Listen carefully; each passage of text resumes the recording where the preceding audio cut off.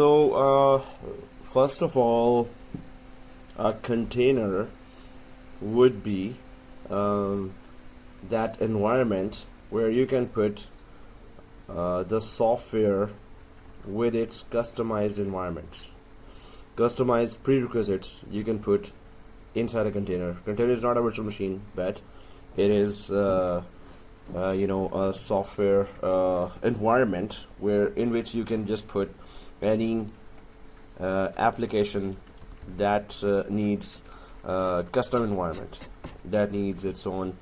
So if I just go for the diagram here,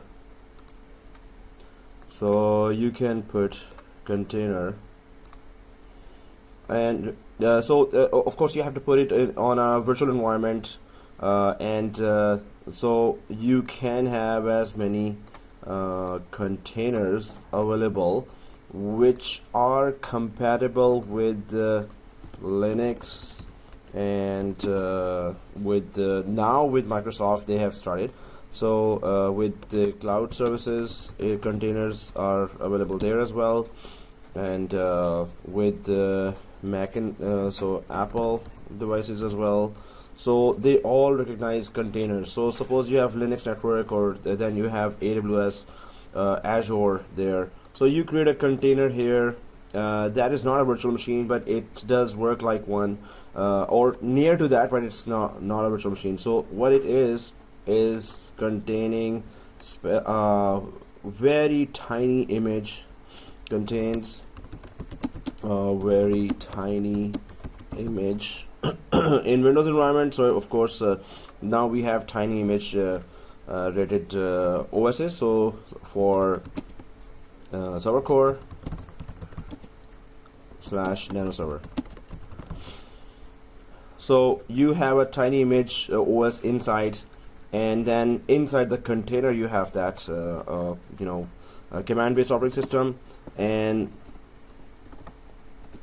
contains an application on top which requires its own custom prerequisites.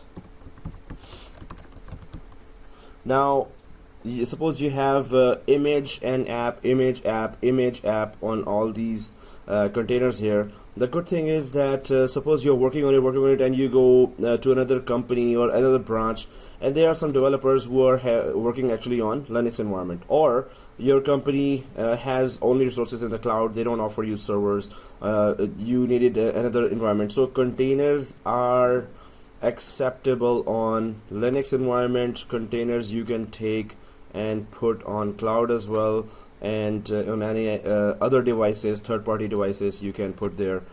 So containers, so you have installed an application here that developers created themselves, suppose, and there is a small image there. So the inside is a software, and there's an application and an image, and OS, app and OS. So app and OS. So this is app and OS, app and OS, app and OS, but you can take, because container environment is so it was being used by Linux for actually a long time, Linux development community for a long time. So you can take it, upload it on cloud services, and still keep on working on that application and OS, and you can take it to Linux environment and keep on working. So it doesn't matter where you are now. Microsoft was not supporting till now in Windows Server 2016. Now they have started supporting that after long it took a long time for Microsoft to introduce it in 2016 operating system. Now it supports the container. So this means that those Linux developers or cloud services developer, or these who were working on container, now can shift their containers on Windows environment as well, while they have their specific app. Suppose you even have a 32-bit application there that has very specific requirements already. It's 32-bit, right? So you can have an OS there that can support that, and then, or some Linux flavor that can support 32-bit applications even. You can just create that specific environment inside a container, and container can be put on any other type of network there. So that's just a brief explanation. So you do need a small image, and we just installed last class nano server there, so we can use that nano server, and that's going to be very tiny, and we knew that how to actually even communicate with that nano server. Just to join it to domain, we had some issues. Well, it's a long procedure. So we get that, okay, it's very small, and then you can have very specific applications installed on that, and then it is compatible with all other types of operating systems and networks. So you can just take it anywhere, right? This is just a brief one, but then it starts like this, that what are the biggest challenges you face using software when you're installing it. Of course, you have to go to internet, and then you have to first find it, then you download it, and then it is in zip format, then you install it. Of course, that's basic when you go for any software. So, and it is exe, so you just run it after installing it. You can just, of course, run it. So this is the processor, this is memory in the computer. You do that. Now, what is Docker, what is container, which stages are called, or on which stages Docker is applied, on which stages it is called. Now it's a container. Okay, so analogy is this. Docker Hub is a website that anyone can be a member of, right? So in fact, it's docker.com. It's good to create an account there. Containers are the future. I mean, like you will see a lot of applications where it would be installed in containers. So you will be asked, okay, can you install a Docker and container there? It's still new for Microsoft guys there, or if you were in a development community, it might be very you might know that. Otherwise, this is new for system administration or Microsoft administrators. It's a bit new thing. So docker.com, you should create that account, get to know of that, get some newsletters, and start reading those. That what is this new technology. If you had to install it in your environment, you need to be already familiar with some of the places where it is. So it has Docker pull. Then the second thing is Docker pull, which is download the software, that application. Docker pull has, docker.com has images and applications that can be compatible with compatible to be installed in container. So Docker is a website that has those customized images and applications that can be downloaded and installed inside a container, that are container aware, right? So you can't just take a buy a MS Office subscription and then download MS Office and install it in a container. It has to be, as they also use the term, containerized. It has to be container aware. It has to be compatible with the container based installations. So not any software can get installed in a container. You have to have this. Majority of the time you will want to have this software downloaded from docker.com, right? So if I go there and it is there Docker. So I go to docker.com, which is a nice blue whale here icon here. So Docker platform adds Kubernetes, simplify and advanced management of Kubernetes work. Well, this is also another application from Linux, but I think I have an account or not. Okay, I'm sure I created that. Anyway, so docker.com and community support product. What is Docker? So it has to be coming most of the time, but there are many other repositories as well from where you can use it. There is a Try Docker Enterprise Edition. Docker is the world's leading software containerization platform. Software containerization platform, right? So from this Docker, you can install those applications that are actually compatible with the container. So there is a lot of search. If you're really interested, you should be doing your own research as well, your own homework as well. But it is coming in, and when I'm teaching cloud as well. So in the cloud, containers are there. In Azure, containers are there. In AWS, containers are there. So you will have to face them, and you will have to configure them for your environment. So better do it earlier. So learn, collaborate, and Dockerize. Okay, so and it is mostly open source, but of course Docker has from Microsoft. It has also taken the small images of server core and also of nano server, so it could they could be compatible with container as well. So they have those images available as well. So if I go for infrastructure plumbing, we provide the necessary plumbing that helps developers build, ship, and run their applications anywhere.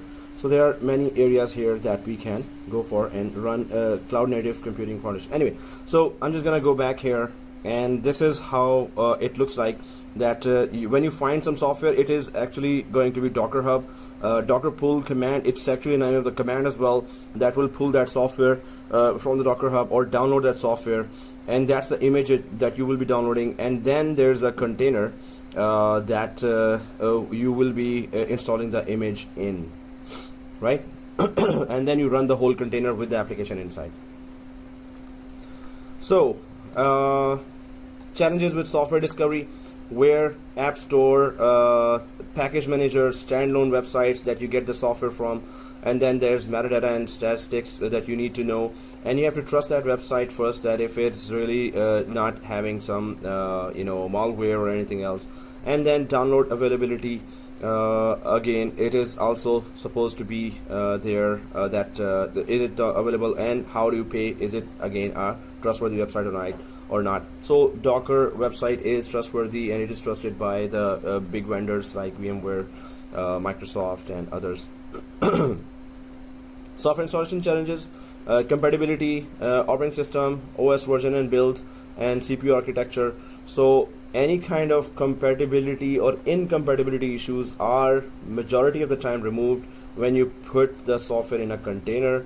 Container offers or gives its own environment to the application, where even if the hardware is not compatible, the application would be compatible in a container, right?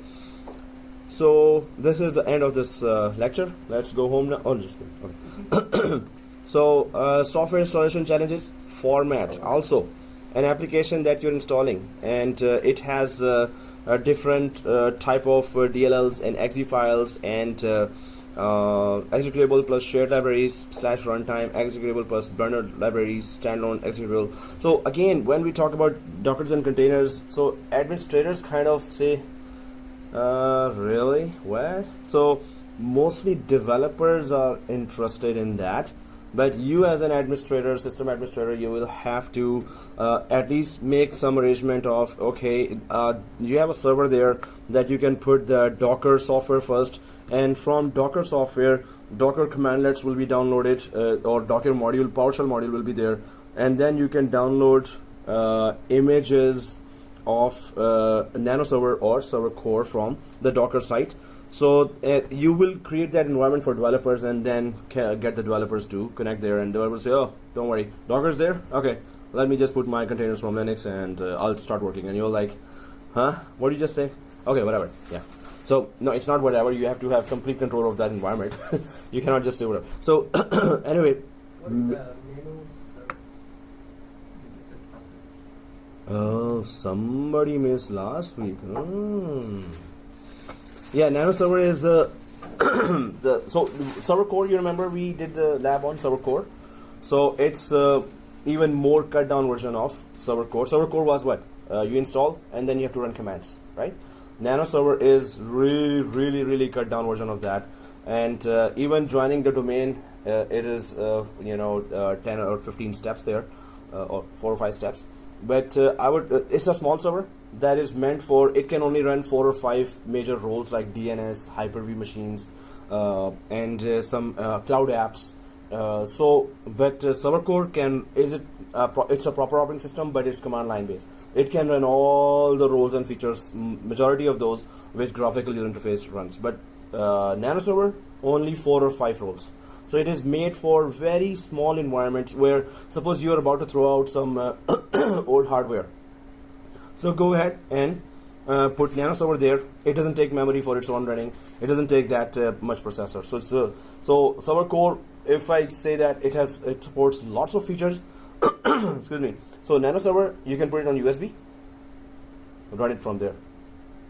Just like some of the Linux versions, you can actually put on USB, boot from there, and run all the commands. And so Nano server is a kind of that competitive operating system where you can run some of your software, but it's very small. It requires it's a very small code.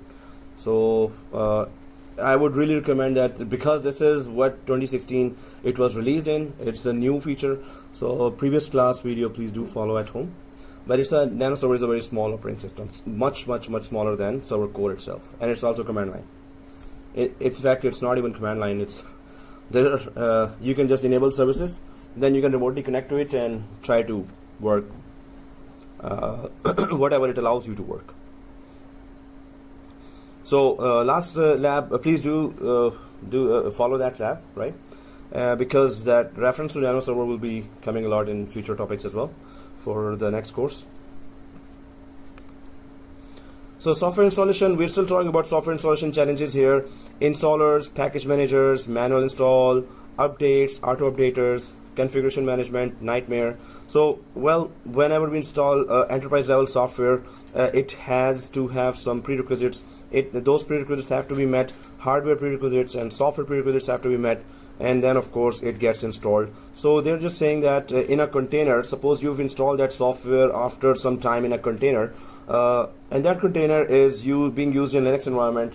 So now that software is so useful that you say that, oh, we should have it in Windows environment as well.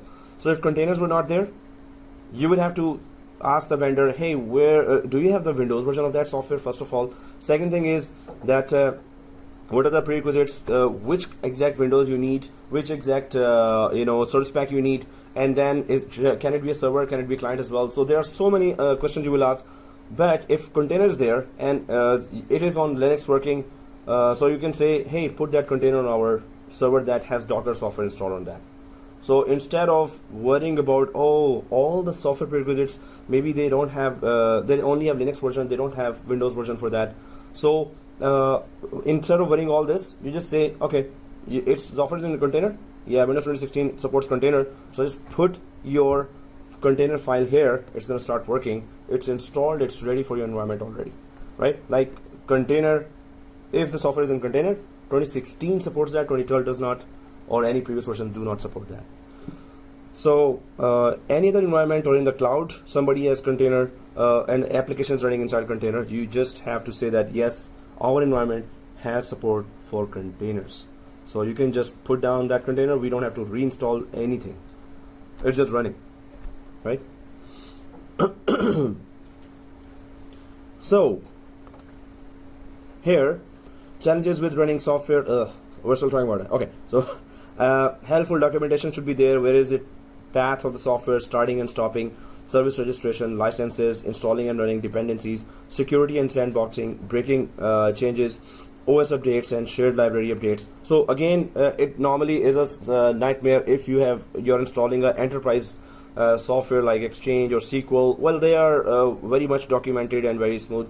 But many third-party software, suppose you're working for a bank or a hospital, and some developers created specific application for your company. Now you have to install it according to its own requirements. So if the developers created it with containers in mind as well, so you can once install it container, even developers can, in the company can install it in a container and just give you a ready-made software. So it's available. So on the cloud also software are available, but not all third-party softwares are cloud aware. But developers know container from way back, so they can make it available in a container, and you don't have to reinstall anywhere. Just put the container there and start using it in your environment here in the on-premises. So overview of Windows Server containers. There is a repository, application image, and container app image. So again, we go to Docker and then we download that software, and then in fact it's going to take some time, so we should start now actually. So first of all, do we have Hyper-V? We all have. Okay, if we have it, just delete it. Just kidding. Okay. Oh, now I have your attention. You already were attentive. So anyway, sandbox, app image, container image, app image. So there's a path here as well, and container view. So again, when in last class I said we're going to talk about containers, we're going to talk about Docker so much, we're going to even do the lab, and at the end of it you're going to say, what did we just do? Okay. So this is for developers. I never said that for any other lab, but when I show you, hey, this is container, and when I show you that in the software, or you will see on a screen, you will be thinking, I'm seeing on the screen, where is container? So, so it's kind of, so I'm not trying to scare you. Somebody is scared already. Okay, so, no. So, but anyway, it is something, 2016 just adopted that, right? Second thing, it is for developers that are really .NET libraries and this and that, different applications there, languages there. So they are already familiar with that, but we system administrators have to we will take some time to get familiar with it. It's not a virtual machine, so when we create a container, we will have to IP config into it, that where we are. We have to put a hostname command there to put are we inside a virtual machine, or are we inside our own machine, physical machine, or are we inside a container? So we're going to run some commands to get a proof that we are in a container or we are in our operating system. So I'm just making, mentally preparing you that, okay, it's going to be a little different. And you can do a lot of homework by challenging yourself and go for other container labs at home as well. But what we can do is how to start and create an environment with the Docker. So Docker is a platform, or it helps. First we install Docker, then the commands gets installed. From there, we then pull the container commands. So first software we need to install is Docker, on top of which the containers will be put, which each container can contain application here if we want to deploy, if we know how to configure those and deploy those applications there. So Windows containers, there are two types here, Windows containers and Hyper-V containers. In our Windows environment, we can have containers installed, or if we have Hyper-V installed, so inside a virtual machine, you need to have a base image, which could be server core or nano server, and then you can install on top of that an application that is container aware. Again, the good thing is that you can just put that container anywhere, and all platforms support this, right? Okay, so user scenarios. Some common user scenarios for Windows containers include Windows Server containers for hosting stateless apps. The apps that are frontline apps where your users are connecting to the application, and they don't keep the connection. It's just that they are made connection is made, and then they are gone inside, or they are redirected to some other server in the background. Or rapid test deployment. It could be sandboxing, or you can just have a test environment, put some application containers, really mess with that, and then check that, okay, this application has this features and roles. So Windows containers, we're gonna go for Windows containers now, and Hyper-V containers for multiple tenants, single tenants, and independent lifecycle management. So multiple tenants, if I go for the diagram here, we can have in Windows containers, we can have one container, two, 6 containers here. Each container has a separate specific application. Suppose I'm just giving an example, MS Office here, and there's this. So if you have this environment, that there is a operating system here, and then there's a user environment. So user is logged in, right? I'm logged in with my account. So after that, I cannot install, suppose I have installed MS Office, then I have Open Office. You know what's an Open Office? It's open always, 24/7. You can go at night, just kidding. Open Office is open source. Huh? Open Office is software. It is a software, yeah. I was just kidding. It is?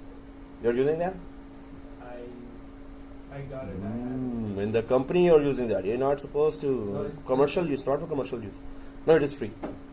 So definitely I use that too, where I did not have MS Office at that time. I just went for Open Office, and I was able to work the whole thing. It was free, right? So if you have MS Office, so what I'm talking about is Suppose there is MS Office and OpenOffice when you're installing, it says, whoa, I detect files of MS Office. I cannot be installed here. So if there are conflicting software, 6 or 7 software that you need to install or 12 software in the same user environment, and they have some kind of conflict with each other, instead install them in container 1, container 2, container 3, 4, 5. These containers have their prerequisites inside the container. So even if those 2 software were giving conflict when you were installing without container, in container, no conflict at all. Even the most conflicting software, you can install it in one environment because the container offer that specific environment. You install here, your binaries are here, your prerequisites have all been met inside the container. You don't go outside of the container. So those binaries are not actually mixed up with the other software, or those conflicts are not there because the files are in the container, right? So it's ideal for when you are installing software that are not conflicting, that may be conflicting if you had installed in the same environment, but when you put it in container gives them the specific environment there for their own running. But when we start container, I'm gonna ask you, we have just created a container, so I'll leave it to you to figure out that. Tell me where is container or what is container here. So again, a challenge. Situation where because it's totally new for Microsoft, guys, so it's gonna be interesting. Okay, multiple tenants when I was saying was this: you can have MS Office here, OpenOffice. Suppose it was conflicting if you had installed on the same environment, but you have installed in a container, so it's not conflicting with MS Office here, or any other WinZip and 7-zip. Although I think they don't also have conflict, you can install WinZip and 7-zip as well. But if there were any conflicting applications, you would have installed them here and they would not have any conflict because they have their specific environment, right? So multiple tenants here. Single tenants, okay. That's of course one application you've installed in the container. Independent lifecycle management. Lifecycle management just means that you have that application for a long time. You want to just get rid of that, or you want to put it in some other environment there, maybe in Hyper-V environment. So lifecycle normally means that what is frequently used, put it in front of you, and what is less frequently used, just start putting it in some other environment. So you can, whatever is frequently used, you can put it in your Windows server that are very fast. The other container, you can put it in Linux environment that you don't use normally and that has slower servers. Or in cloud, you have purchased a package that is slow, but they said that put it in cloud, and whoever our developers are in other countries, they can also access that, right? So put containers which you really want to use on very fast environment, and then other containers just in slower environments if you don't want them. Okay, so you should consider the following when planning for Windows containers: Windows container host requirements, virtualized container host requirements, supported scenarios. Now Windows Server 2016 full user interface, yes, now we're going to do that actually. So we're going to install it on Windows 2016 here. Windows Server container, server core. So in both instances, either it is nano server or it is server core that you can use, because then you can install applications on top of that, and you have to see that those applications are compatible with container environment. Okay, so instead of all the deploying package providers and users, so there are package providers in the market. Microsoft related applications, you have to go for, there's a NuGet gallery there, there's PowerShell gallery there, there's Windows Container OS image gallery there, Windows package for nano server gallery. So package management providers, package management core, we're going to be downloading a package from, we're going to discover and download package from NuGet here. These are the repositories where the container images are right now living. We need to download any one of the image, so we can use these repositories here. So we're going to give one command that's going to connect us to the Docker, and then from there it will connect us to this gallery, and we're just going to download a nano server image. I'm just trying to put it down simply, right? So the package deploying package providers, so we're going to install or deploy with PowerShell commandlets Docker, then we're going to deploy that nano image from this gallery. Now there are many repositories here, so from there we're gonna just deploy that. You're gonna see that NuGet gallery image, and I hope our internet is working fine today. Kinda. So installing, configuring, and managing containers by using Docker. So what is Docker? App one. So you can see a Docker engine on top of which you can see container one with an application and its libraries and bin files, bin folders are those which help the application run, right? So Docker engine, without that Docker engine, it will be a little difficult to run a container. So even when you go for the website, and when I put docker.com there, and yes, so it is just a big whale with a lot of containers which are actually containers there. So if I just put docker and not .com and images, see, cute whale, right? Yeah, okay, anyway, so you can see this software here is having containers on top. This is the analogy for that you have to install this Docker environment, which is just a software, and then it can contain one container for NanoServer and MS Office, NanoServer and WinZip. I'm just giving very specific examples here of the software we know. Otherwise, there's third-party applications that cannot be, or it's not easy to install them together on same servers or same environment. They will conflict with each other, right? So in that case, you have NanoServer and or Linux machine and OpenOffice here, Linux machine and OpenZip here, or 7-zip here, Linux machine. So you can see a lot of containers on top of that. So the logo gives you the concept that get a Docker software, then create a container on top of that. Each container would have a small OS and an application. That's it, each container, right? Docker software. So we're going to download now Docker software. We're going to run a command and it's going to run forever. So be prepared to see my video lab before the end of that, if you want to see the end of this, because it's on Docker. It's there on the website, right? So, but we need to go through the process and check out that what's going on, and so we can start now, so we can just discuss this, and while it is still downloading, we can go for a review of the whole course as well, that what are the topics we covered and everything. And so let's start with this lab because it's gonna be long downloads and installations. Yay. Okay. So you said each container should have? Sorry. So each container has an OS An OS and a lab, an app, not an app. Yeah, I didn't have tea. Yeah, I just came from eyes and just wake up. Okay, anyway, so each container. So these are the containers created here, and you can have app OS, app OS, app OS, app OS, app OS, right?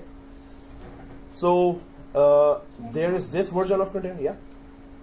Can you what? So they can have, not should have. They can have, exactly.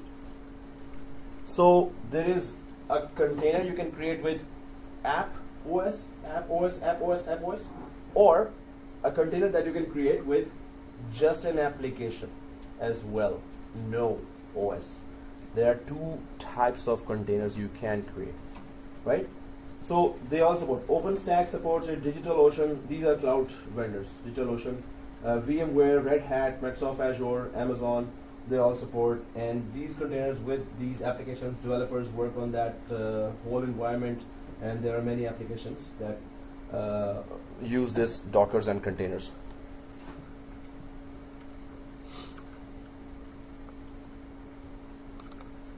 Hey, that could be good for placing here. Man, why do I live editing on that's not okay. Anyway, so let's go ahead. Oh, whatever. Yeah. So you can see here app and just the binaries and libraries. You know what's the bins and libs? Binaries of the application, the files that run the application, binaries and libraries. You can see that container can have just an application or application and image. Both type of containers you can create. If it has just an application still, you can put that container in Azure or in VMware or in AWS cloud as well, and any other developer can connect to it. Okay, yeah, you're working on that? Okay, I'll work on that now. So it's a moving environment that you can put anywhere else without making any changes, yeah? You want us to get it, like the domain. Sorry? You want us to get a domain. Yeah. So did you get a domain? I have one. Sorry, GoDaddy.com, right? Yeah. Okay, good. So yeah, that lab we're gonna do in the start of the next course. We can do that, or in the middle of the course if you want.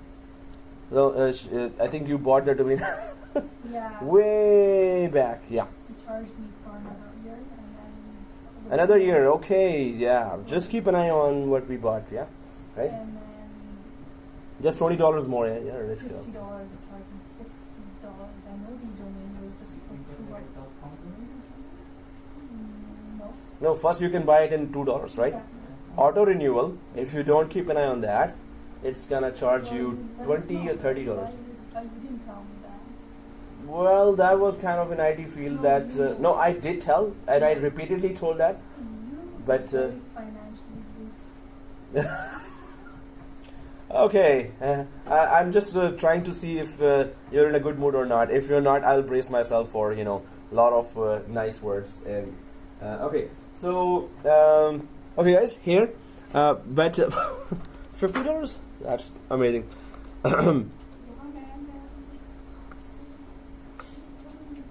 Oh, And then I called them up and then they refund.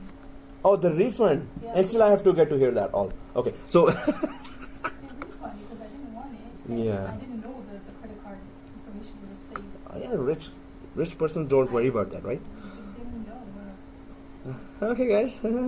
So let's go because right now we're going to yeah. No, he started that. You guys can discuss now. So okay, what I was talking about was Azure, and we had so many storms in the winter, so that we lose a little count of what was covered. I was about to do Hyper-V lab, and when we started really, then Moses realized, hey, we did that lab. So then we okay. So then we have nothing else to do. So, but that one lab we can do it in the next course as well. But now I think some new students are maybe joining this next course. Whoa, man, there will be a long line outside. Oh, okay, just kidding. I don't know. I have no idea. Mary was saying it's maybe. Otherwise, we're gonna continue our, Monday after this Monday. So, okay, guys, let's just go ahead and start the commands, and then we're gonna keep on discussing that Docker. But what we need to do is, because I spent one full night creating that. Seriously, I'm looking for a job now. Anyway, okay, system administration job. Somewhere, just sit down, take all the insults, and do all the work. Come on, that was a really nice lifestyle. That's what they're looking at. Where? Peace Peace Bridge. So we have to jump from that bridge, right? No, Peace Bridge is a company. Not border. At the bottom. You want me to be that border security agent? Hey, you immigrant, go back. What? No, actually, one VMware in one company they need a VMware guy, so I will be giving them resume. Well, my friend is inside, so he said, "Oh, just give me your resume, give me your resume." So anyway, if it's not near, if it's far, I'll just reject. If they accept first, then I will reject. Okay, yeah, there is something going on, but I can't understand. I can't make of it. So let's go for the commands, right? Sure, go ahead. It's Friday, yeah. Understanding Docker, and I'm just going to go ahead now. You can see there are two areas, two ways we can install that. There is either app and guest OS container, or there is app container. in both areas. Now here it is hypervisor based, here it is Docker engine based. So host operating system infrastructure, host operating system infrastructure. So again, we went to this docker.com site, and on Windows 10, and is used for development. So you can have those images downloaded and play with the Docker in your Windows 10 as well. For production environment, uses Windows Server 2016. So they have different images for different environments. Very soon in your environment, they will be asking, hey, can you install Docker? Our developers need that. And you're like, okay, let me read that now. So it's coming. So if it's in Windows environment, Windows is the last one to adopt that. After many, many years of pressure from developers, they are the last one to adopt that. All others, it's working already. So, okay. So we just talked about that: container, server core, nano server, Docker engine, and then there's container support for Windows Server 2016. Now, I'm just going to go for the first lab there. Install ASP.NET app, install IIS, Windows Server. This is server core and container, repository, app. So Docker push, Docker pull. These are the commands we're going to be knowing now. Docker pull means simply download from Docker an image. So we're going to use that command now, and then we're going to go ahead. So it is going to take some time. Okay. So I'm just going to go down to let's go to server 2, or we don't have server 3, right? So server 2, and the first command would be install module. So I'm just going to write it here. And actually, you know, when I showed you some commands for nano server on that A notepad, there was a Docker set of commands already there, so I don't have to set up anything else. Those commands for the other course, it was already there. I hope you have the A notepad still available. So I'm just going to give you that. Let me just check thoroughly. Yeah, these are all Docker container commands. Let me just magnify. Please go to this this one. A notepad. Maybe it is already cached in your browser, but otherwise https://anotepad.com and /notes/WNT7A3. I think everyone has it cached in your browser. So go for that. anotepad.com, right? So if you're there now, Docker testing is the name. Yeah, you're there, right? And Moses, you're there? Yeah. Nasir, you're there? Hello? Yasmin? Finish? Yeah. Just this link, exact spellings. Yeah, WNT7A3, and 3 is not capital. Yeah, now I know you're active actually. That T. Okay, that T did it. So, like, already you took half an hour to bring that, and then it spilled. Huh? Oh, okay.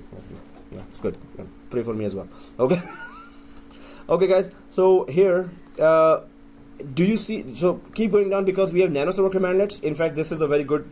This is the page, and having nano server lab commands as well as Docker lab commands. So you should copy that somewhere because this page could go away forever. And these are the PowerShell commandlets that you can Control A and put it in your email and email it to yourself. Nano and Docker PowerShell commandlets. So this will be a very good repository for you.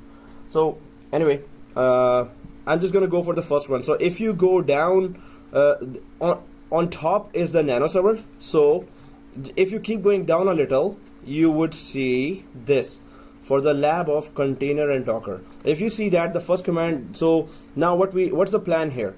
Plan is that go to any server that has internet connection.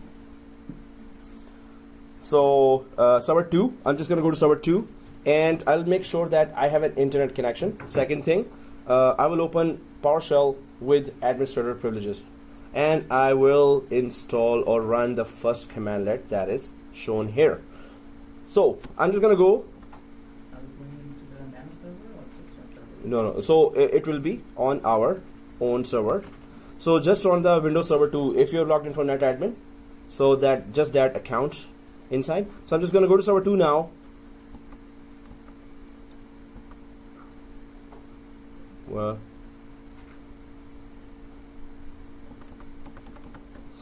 Okay, so I'm inside my server 2 now, and what I'm gonna make sure first is that do I have internet connection? Well, I don't.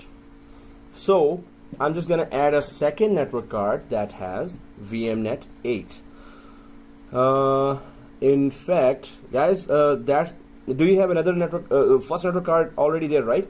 You can just change directly that network card. You know why? We need a faster internet connection. So the only network card, if you connect directly to internet, it's gonna be just downloading faster instead of going to the second network card and then regulating that traffic. So the only network card that I have here, I'm just gonna go up to server 2, just change its VMnet to VMnet 8, right? So the only network card I have, I don't need to be connected to my Active Directory environment right now. We are just testing container and Docker. So server 2 settings. Oh, in fact, I have 2 network cards. Anyway, so I'm just gonna change the first one. I'll get rid of the second one, remove, and I'll just have the first one directly connecting to internet. So the only network card is now VMnet 8 network card. So if everyone has done that, let's click OK. Nasir, done? Oh, what happened? Oh, you're starting the server, right? Okay, I hope it's not on C. It's not on C drive. Oh, it is on C drive. See? But today's lab, it's all about more internet than the actual machine. So we need to run that command actually quickly, so at least we don't spend that time. It's gonna be a little load. Oh, I didn't get internet connection. So everyone got internet connection there? Now, if that's the only network card we connected to VMnet 8, there's one more thing we need to change to get internet connection. Did we give a static IP there? If there's a static IP and VMnet 8, it's never gonna get internet connection, right? So open network and sharing center, or go to the Ethernet 0 and properties. So instead of giving a static IP, why are we doing that? Right now we don't want Active Directory environment, we just want to play with. If I got it, Perfect. If you got it, that's it. So obtain an IP address automatically for the only network card we have, and obtain DNS server automatically. Guys, if you have something important here in this profile 70-740, so by the end of the class, copy that. Some machine you really love, like virtual servers 2 you really love, you worked so much on it, you love it so much, you can copy that now, because that the course finishes, so all this environment will be deleted right away. So whatever is showing 740, it will be deleted with machines and everything. So in next course 741, we're going to create our own again, all the machines, right? So okay, press OK. Next courses are not that long. Microsoft put all concentration on the first course. Next courses might finish faster. So the first course is about all the technologies related to LAN. Second course is about inter-branch communication, VPN, and also cloud. Third course is design and cloud, and some in-depth security. So second and third are not that long, but yes, they are important, but not long. Everything in the main pressure is always in LAN. You have failover cluster, you have WDS, you have WSUS, everything is running in LAN. So that's why we had to go through all those labs, and well, I took my time. So much delayed checks are not good for me, not good for my health. But anyway, we get to learn from that. That's the main thing. That's why I want to just skip to system administration again. They give me monthly salary then. Okay, so here it would not have been fair if I had just gone for theory for very some of the topics even. Okay guys, so here server 2, it is on. Yeah, I'm on internet connection. So open, just go to Windows and open Windows PowerShell with administrator. Yay, run as administrator. Okay, so PowerShell run as administrator after getting that internet connection. So let's start putting the command is also there in front of you, on the A notepad. You have that command, right? So it's better to open that a notepad directly inside server 2 if your commands copy paste for some reason is not working. Just open it directly inside. Otherwise, copy paste is working. Just go ahead. It's okay. So here, install module minus name Docker Microsoft provider. So there is a provider, and that provider is going to offer us module. What module? The module having a lot of PowerShell commandlets to go and install Docker first and then container later. So we need the basic commands to actually configure Docker, which will configure the main environment on top of which we're going to put containers. So we're going for that blue whale that was in the logo. Okay, so include module, install module. So I'm just copying that and pasting here, and it just ran right off that. Expect some red lines as well, but hopefully it doesn't do that. Oh, okay. So again, NuGet provider is required to continue. PowerShell get requires NuGet provider version this or newer to interact with NuGet based repositories. We are looking for repositories that Microsoft created, inside which we have Docker files and container files. So this is the package here, this is the message here, and go ahead. Default is Y, so press enter. It will go for yes.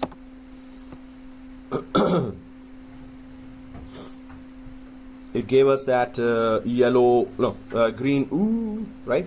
So this means it is installing the module, right?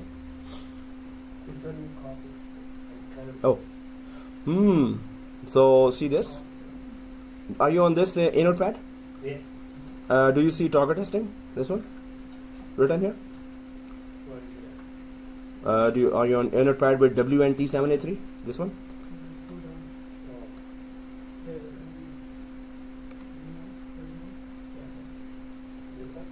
So we went for the labs that are down. This line starts the lab for the lab of container and Docker. Okay, then. And then we just copy this command, this one, and paste it. This one and paste it there and press enter. Paste it where? Inside the server 2 PowerShell. Okay. So let me just zooming. You will get this one. If you get a prompt like this, so if there are error, there will be red text there. If not, this means we're done. We're good. So no news is good news. It's PowerShell runs on that, so there is no news now. So that's a good news. So okay guys, that's the first commandlet. I hope everyone has pressed enter as well, and you're on the prompt here. Let's go for the next one because it's already there. So install package minus name. What package you want to install? Docker. Who is providing that package? It is Docker MSFT provider minus force. Do not ask questions, just go ahead and download that, right? So we're gonna go for what? Oh, okay. So install package name, and then yeah, I thought it was not funny. So that's good that was funny as well. That's good. Okay. Or maybe I was just explaining it I'm explaining it to a class of kindergartens or something. Maybe that was funny or something. But anyway, I need to know as well. I want to join the fun. Okay, anyway, enter. Okay guys, so Docker MSFT provider. I'll tell you where. Yeah, when we're installing image, that's where we can actually go out and have a dinner.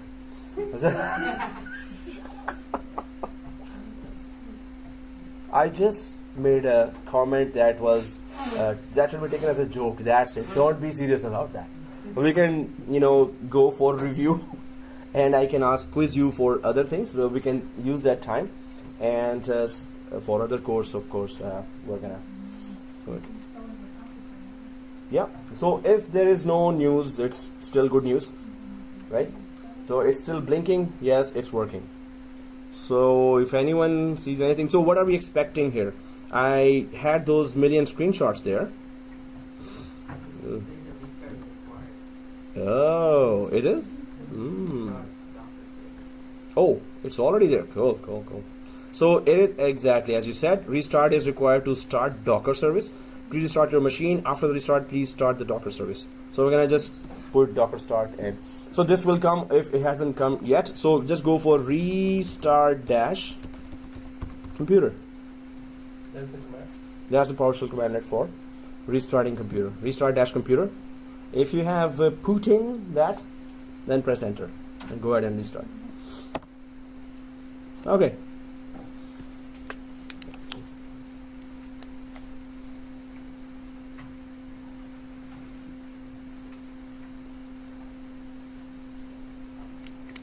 Oh, 30%, 40%.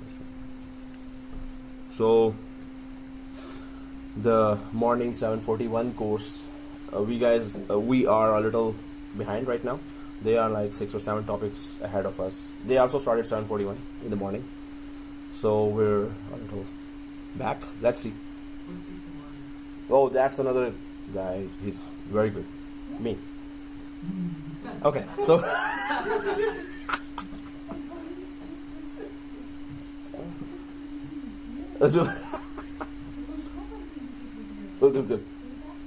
No, there's another teacher, Ryan. Yeah. He's yeah. He was in my classes before. Now he's a teacher. He's good. Actually, he was already a Microsoft. He was what? Yeah. So. But he was teaching in 2012. Yeah. Now, once you get the hang of it, he had been teaching some classes. He's already teaching 740, and maybe his 741 batch. Some students might be, joining us because Mary wants any one class to be 741 instead of 2 classes. So what's the? I should ask this. Yeah, don't ask this question normally. Which one? What's this? Okay. So guys, what's the next one? So next command, I'm just gonna go ahead and see this, those screenshots as well. Unable to download. Okay, forget that. I had some errors. And yeah. Okay, so the rest on Word doc screenshots. So once we are there, then those commandlets that we will be running.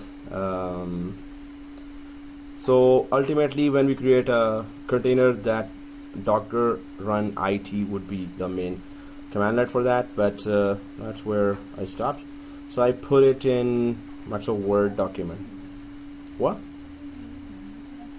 This is this software. This is screenshot software. This is so cool. You can see this. I can create arrows. That's so cool, right? It was so cool that I didn't go for their crack version. I wanted to give that guy money because it was so cool. I really needed a screenshot creator training software, and it's so fast. In a minute I can create and screenshots which are like this, arrows and everything, and I can put my comments here. What's the name? Clarify.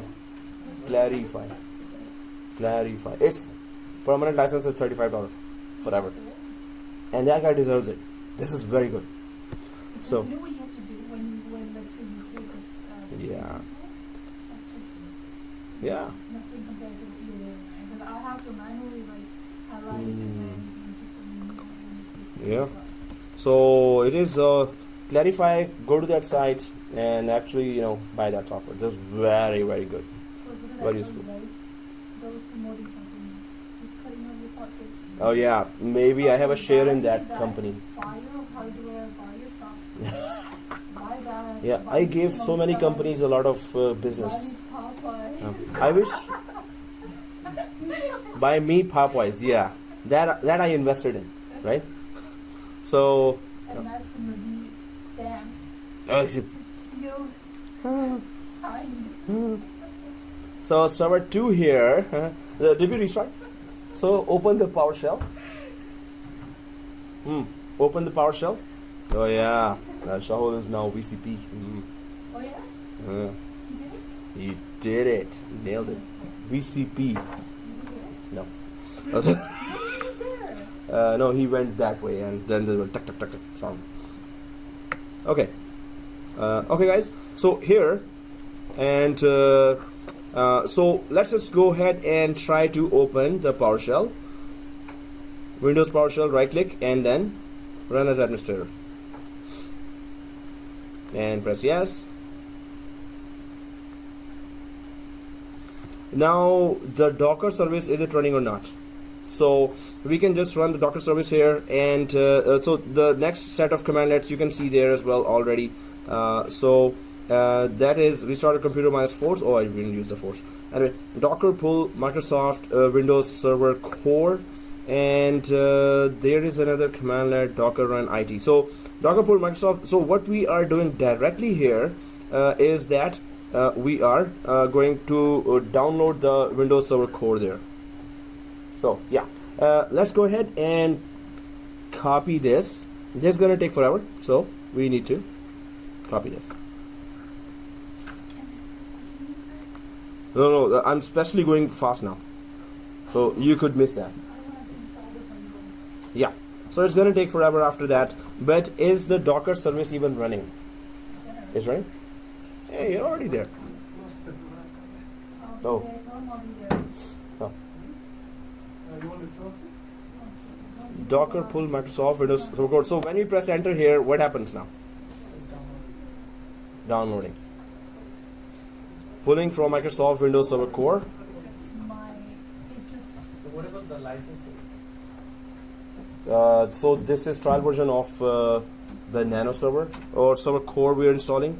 Oh, we went for core, yeah. And it's gonna reach 6 GB. It's on 1 GB now. And the good thing is we are all downloading it at the same time.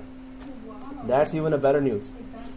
That's why mine is stupid nuts. Somebody. Okay, so somebody's system is slow. That's what I was saying. I don't dare say anything to you, right? Bad boy? Huh? That bad boy is nobody. You? Somebody. Who's bad boy? Bad boy. Bad From boy. the furniture store. Oh, furniture store. That's Bad boy. not. That's lazy boy. Lazy Oh no, I was not saying you lazy boy. But there was a furniture store there that's called lazy boy. Is that true? Yeah, sure. One sec, show. There's no one there. No, I was. Oh, for to lock. It was not. I don't know why the sound was Oh. maybe invisible. Oh, okay. Somebody. Okay. So guys, while this is going on, now we can talk about the whole course. Yeah. Why did they turn off? Oh. Oh, right, I forgot what I'm doing.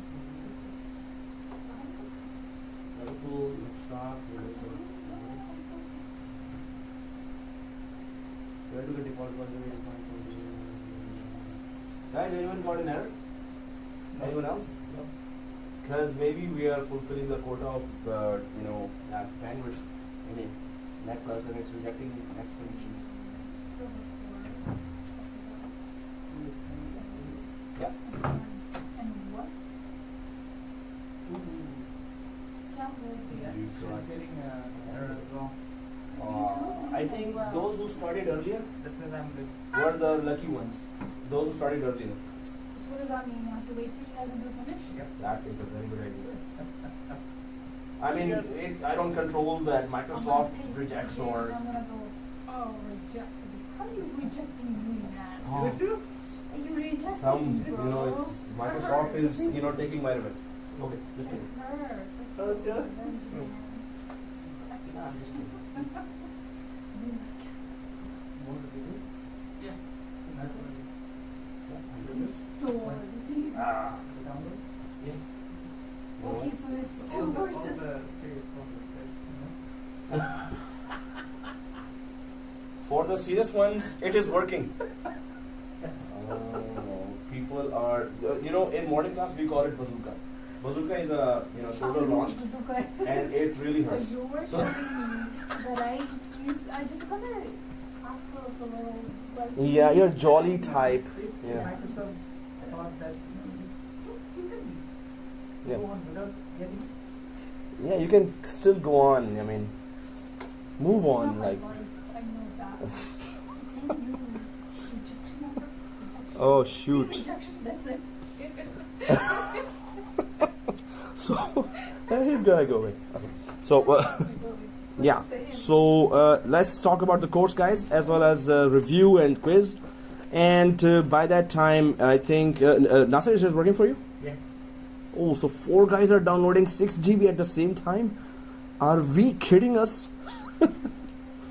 So restart and try that again. And yeah, then 5 guys will join. So, in morning class there were 12 guys. So it really went slow.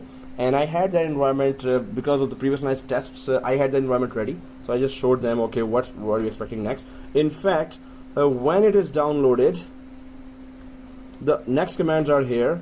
What images we've downloaded, you have to go for this command, docker images, and press enter.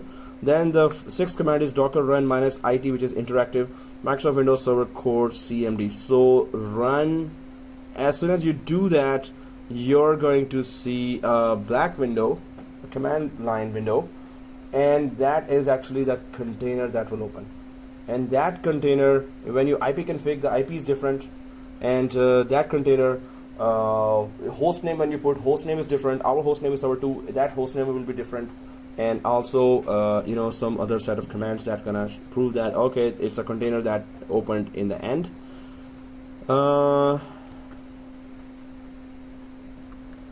And the screenshots, oh okay, that whole video that I had could show that. Otherwise, when you run that command after the Windows server core is downloaded, then you will see that it just creates a container. Now what to do with container, that's a long story.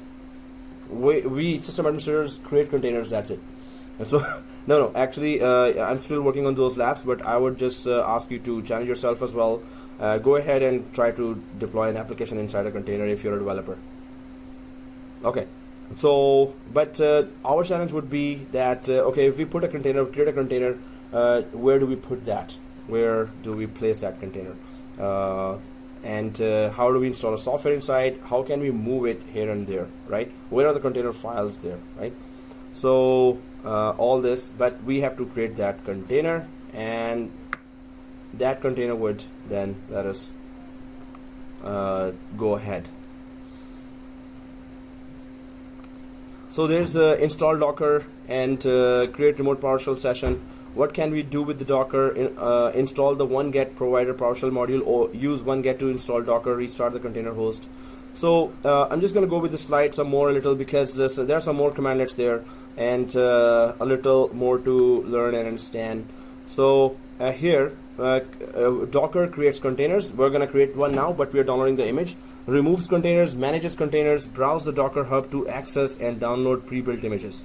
So we just downloaded, or we are in the process of downloading a pre-built image right now, which is server core image. In most organizations, the most common Docker management tasks include automating the creation of container images by using Dockerfile on a Windows OS. So you as a system administrator will be creating lots of containers with applications. Managing containers by using Docker, using Docker run. So when you put Docker run, you will see that one container is running right now. It will be a little tricky, but if you go to Docker Hub, then right, that is Docker Hub. If you go there, then it will show you all kinds of images there that are available. So you would be, and Docker is on Azure as well. Guys, how many of us have website on GoDaddy? Only you have. So Moses and Syed don't have it. You were referring to some guys who are serious? Sorry? The domain name I requested. But DNS propagation. Okay, second thing. So, this is a very good time to do that lab as well. What is that lab? That on-premises 390 users, we need to synchronize to the Azure Active Directory that is living on Azure Cloud. There is an Active Directory there, and our local Active Directory will be connected to Cloud Active Directory. That is very cool thing to know, and I run it in nearly every new course, every course that has starting first course. So we can do that now instead of doing it later. Oh, very secure. So it is, you're connecting to a Microsoft data center that has $1 billion investment there. State-of-the-art security. Yeah, you were saying? Scotia Bank 20,000 users using now Office 365. Office 365 has millions of users. There is Azure US Government Cloud that is separate from public cloud. There is AWS US Government Cloud. So US Government is connecting to the Azure data centers in the cloud securely. US government. Canada or state? Sorry? Is it in state or Canada? So Azure has Data center is in US. data centers are in US, but data center for AWS and Azure one is in central Canada as well. One data center in central Canada. So because US has different jurisdiction. Yeah. Laws and Laws. compliances. Yeah. No, they have one region contains availability zones. Availability zones contain 2 to 4 or 5 data centers, and one data center contains 3 to 400,000 servers. Huge data centers, right? So they call it region. So one region is in central Canada. Bitcoin is opening data center in Oslo. Bitcoin is opening. Some Bitcoin company might be opening, so, because Bitcoin is not a company, right? Some Bitcoin, I heard. Okay, what? Yeah, that's cool. They would maybe offer mining to on very large scale. So, guys, Docker with Azure. So, are we up to this? Okay, even if you don't have a site with GoReady.com, if you have Azure 30-day free trial subscription now, we can do that lab now. What lab are we doing? You can subscribe. Synchronized. So if you whenever I ask in a class, please go ahead and subscribe. So done in next 10 to 15 minutes, they're done. So if you want, you can just subscribe to Azure now. That's good. You need your credit card. I'm still having an issue. Oh, and he also is. You also? Oh, you downloaded. Oh, Good. so No, he was. So just restart. restart. Yeah. Oh, That's 6 GB is gonna take, and now everyone is installing, downloading. So that's gonna take. I- Hopefully. one part is done for you. Oh, one part is done. You're kidding me, man. That's good. that is- I think everyone's first part is done. I guess, The second one. or not. Yes. One part. One part. So. Wow. Oh, the fortune cookie. Don't try to believe that. Okay, so. I have a fortune cookie for everyone. You'll be a millionaire in a million years. So, okay. So, I like that. yeah, I made it up. Which means it's not going to happen. With- We are not living years. Exactly. Thanks for explaining. Otherwise, we thought we'll be millionaire. So, okay. So, if it is written, nobody can stop. Hey, about that millionaire. Oh, no, just kidding. No, I'll just tell that later. Yeah. Millionaires are not happy. Yeah. Happiness is being a millionaire. That's right. Millionaire is not happiness. Happiness is being a millionaire. Hey, that's another one. Okay, good. Okay. Another saying from Amr. Right. Okay. Unhappy and broke, unhappy and millionaire. Unhappy, unhappy and broke, happy and millionaire. So, if you have happiness, then you're a millionaire. If you don't have happiness, then being a millionaire is not worth it. Then that's what we are saying. Whatever we say that is impressive. Man, I want to become a millionaire. It's okay to be unhappy. That's something that makes you happy. Yes, exactly. It's the fact. So, guys, are we? So, let me just explain the next lab if you're up to it. No. Yeah. Okay, since it's rejected, so we'll just stick to that. Keep staring at your You can screen. explain it, but you can't go on with it. You We're can't not going go on. further. Not this lab. Okay. He wasn't here, that's what. Yeah. Yes, he did. That's what it is always? Huh? That's what you That's coming from Bazooka. No, he actually was saying that you were literally not here at that time. We were having that cool, okay. No, that is called bazooka. If you say something that is like, huh? Okay. So, guys, I think in 1.5 hours, if we are able to pull it, so the plan is you have one server with 390 users. Do we? We have a server with 390 users. So we are going to quickly go to azure.free.com, azure.microsoft.com, and create a free trial there. Azure 30-day free trial, and they need to know that you are who you say you are, right? So they need a credit card to know. I've been using Azure for 4 years, and strangely, not even a single penny I've been charged till now. 4 years I'm doing this lab. This lab we're about to do. 4 or 5 years. Yeah, keep an eye. So and my subscription is on pay as you go. Your subscription will be free. You will be getting $250 worth of usage of services. Then so what happens? What about $250? Will it finish fast? We kept on doing aggressive labs in Azure and AWS course, and they only charge $8 by the end of the month from the $250. And we were thinking, oh, we would have done so much more. We would have started 10 virtual machines. We would have kept on running them for 2 weeks, 3 weeks, and still $250 would not have finished. So because it's cents, so they use cents per hour or something like that. So guys, go to Azure 30-day free trial and get your credit card there, and just fill up a form, get that subscription. They don't charge, don't worry. Free account, That's a free account. Go for free account. Oh, they only charge Yasmin $50, but otherwise, no one else. so they're sending you $200. No, they're not sending $200. So it's $250 worth of services we can use right now, right? And that's a lot. And if we're talking about Azure, you got duped by the GoDaddy, right? So, and if auto renewal, you don't keep an eye on that, yes, it's somehow our fault. It's actually good because you're pumping out the Economy, creating jobs. They might have hired 2 more developers because of that charge they made. Okay, just kidding. So let's go ahead. I'm not fired until It's an American company. Okay. I totally forgot about it. What was it?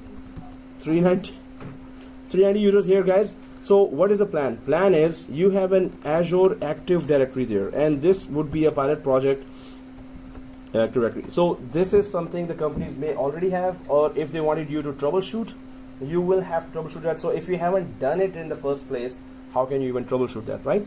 So the main purpose, I'm just gonna write it while you're getting the account ready.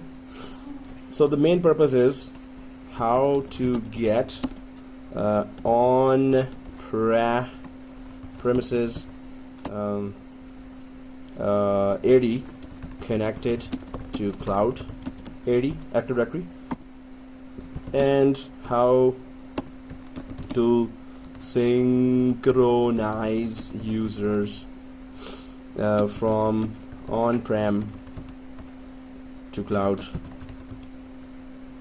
and how to keep making changes for the on-prem to the cloud. So this is the on-premises data center. Your company data center. This is data center server, suppose, and there's Active Directory there, and this is the company that cloud infrastructure, company cloud subscription. So this is always very useful. Now I'm starting this campaign in Josh Brown with those kids as well.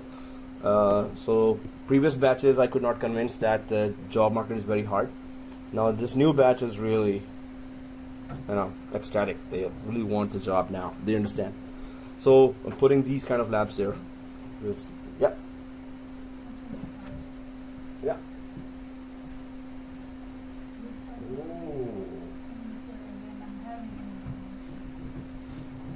He restarted and it worked. So keep on restarting and keep on checking. If you focus on one, you can try also one.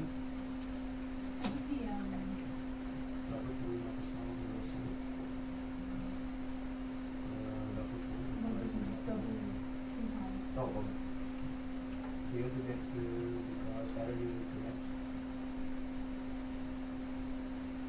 Cannot find the file specified in the for the configuration of Windows. The document must be and carry with it to connect. You can only also use it like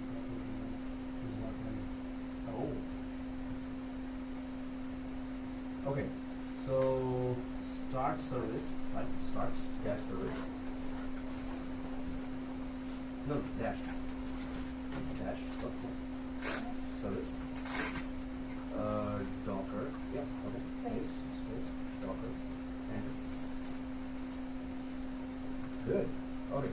Up arrow. Get the previous command. Enter. See? It's not working still. Okay. Okay. So the service is running. It was saying check if the Docker service is not running, it is running. So how is this close that and internet access is there. Is it?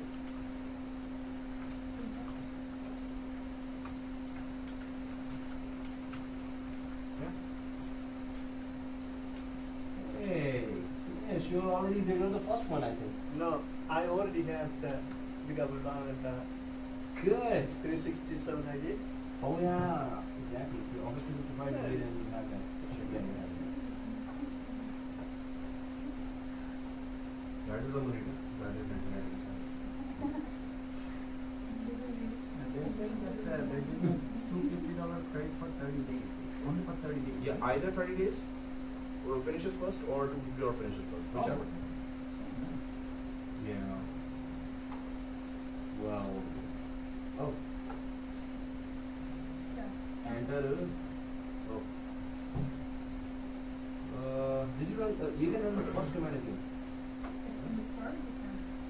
Oh, you have to go to that. Oh, you're there. Install package again. If it is already there. Oh. So run first command, then second command, enter, then second command. But then it will force me to restart and not to restart again. Yeah, that. So yeah. So okay, guys, it's done. So done. Which was? Azure is. So where should you be in Azure portal? You should be here. Not here. Okay, you should be Azure. Azure.microsoft.com. So so see this, guys. Wherever you see Azure there, you need to go to portal. So just search on your page a word called portal there. This one, right? If you see the portal, click that, and it's gonna ask your credentials there for Microsoft, and and just go ahead and give that, and you should be inside the portal. So I'm just going inside the portal now. And do this to reduce the number of times you are asked to sign in. Yes, stay signed in. Yes, okay. So you should be seeing this screen. If you're on this screen, you're good, right? The whole screen. On the left side, you see all those, right? So Moses, you see that? Said, you see that? Nasser, you see that? But you're inside, right? Oh, you haven't created? You said yes. You just hurt my feelings now. Okay. So Tanesh, you're there? Perfect. Yes. Oh, you know, Moses is a rich guy. Just give credit card. I'm just kidding. Okay. So what? So yes, it needs a credit card. Look who's talking about it. You're the one who said this lab, right? Now we are ready and you're not ready. That's not fair. Whoa. Moses is seriously giving you a credit card. My ID card. So, yes, it's gonna ask for a credit card. So, yeah. Oh, good. Because in any class, no matter how big, in Humber it's like 27, 28 students. Hey guys, we need 30-day trial version, and in next 10-15 minutes, all ready to do the lab. Let's go ahead. So, okay, guys, do we see the portal here? OSAP? No, their pocket. This is not costing anything. It's just that I need to create trust in the students first, right? So, because they haven't charged me, so I fully trust them for 5 years. Where do you see the Portal? Portal, right?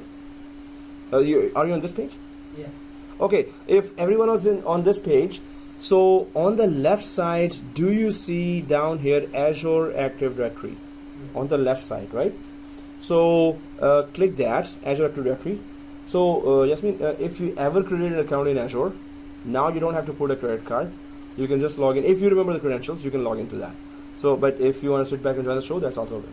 Okay, so let's go ahead and Azure Active Directory. Do you see that? Azure Active Directory, right? So in Azure Active Directory, you see users and groups. So click the users and groups. So we're not doing Dockers and containers. We are waiting for Dockers and containers to download because it's 6 GB and we are all downloading that. No, your question is literally correct. We have started another lab because we have to wait the whole hour just to get that downloaded. So Nasser reminded us that, hey, I do a lot of promises. Then I say, oh my God, did I promise that as well? Okay, but this is for your good, right? So we are doing synchronization of on-premises users to cloud Active Directory. So Azure is a cloud data center of Microsoft. So it has Active Directory. Now many of the companies already have it. In fact, the next course for Azure, AWS and Azure, students are saying, can we have Azure first? And I was thinking leader is AWS, but students mostly say that their companies have Azure because they have Microsoft licensing already. So very nice enterprise agreement, everything. Enterprise agreement, you get Azure nearly, very less cost for that, and you have already Azure there. So many of the companies have machines on the Azure and they are working right now. So we have done some Azure advanced labs as well. This is something that you will face real soon. That can you connect to cloud? Oh, we already have a cloud. Can you configure that? Right? So can you put our virtual machine from Hyper-V on premises to the cloud? Or simply, can you just connect our Active Directory to the cloud Active Directory? That is one thing we do always in that first course, that connect your on-premises Active Directory to the cloud Active Directory, which is Azure Active Directory, right? Exactly. What is the purpose of that? So companies will buy cloud applications there. So Azure, we are in Azure, right? So we can go for new virtual machine. So I'm just going to show you an example. Do you see virtual machines on the left side here? Virtual machines. So click that. Go ahead and click that virtual machines. So Azure offers SQL servers here, all types, app services, all types of market apps are there. So if you go for Azure virtual machines there on the left side and then click this button. Everyone sees the add button there? Virtual machines and add button. On the right side you can see the marketplace and the compute and all these virtual machines. Ubuntu server, SQL server, virtual machine, Azure containers, container service, right? And you go down, Veeam, Plask, VoIP Now, Commvault. These are very famous names in the market. Red Hat. So all kinds of cloud applications and images. Citrix is there. Everything is there. So you don't need to have your local data center now. Your company data centers are shrinking, or gone. The whole thing is going to cloud. So in cloud, we can create virtual servers, virtual switches, and suppose you all of a sudden you need 200 servers, physical servers, because you are launching a product or something. Now you have to, if it was physical data center, you would buy it in maybe next 2 years. You start buying now, and 200 servers will. Here in next half an hour, you have 200 servers lined up for you. Started to ready to work, 200 virtual servers, and you put any product on top of that. So there it's like maybe 1 year, 1.5 years. Here it is next half an hour. And then it is so scalable because Microsoft has huge data centers, same for AWS. So you need 200 servers right now. Okay, after 4 months, oh, actually we went to loss and actually we don't need that. If they were physical servers, now go to eBay and maybe you will, sell it in that same cost. No way. It will be 10% of that maybe. So in cloud, I don't need those servers. After 4 months, I am not making that much money as I thought I would. So just simply that day, shut down and delete all those servers.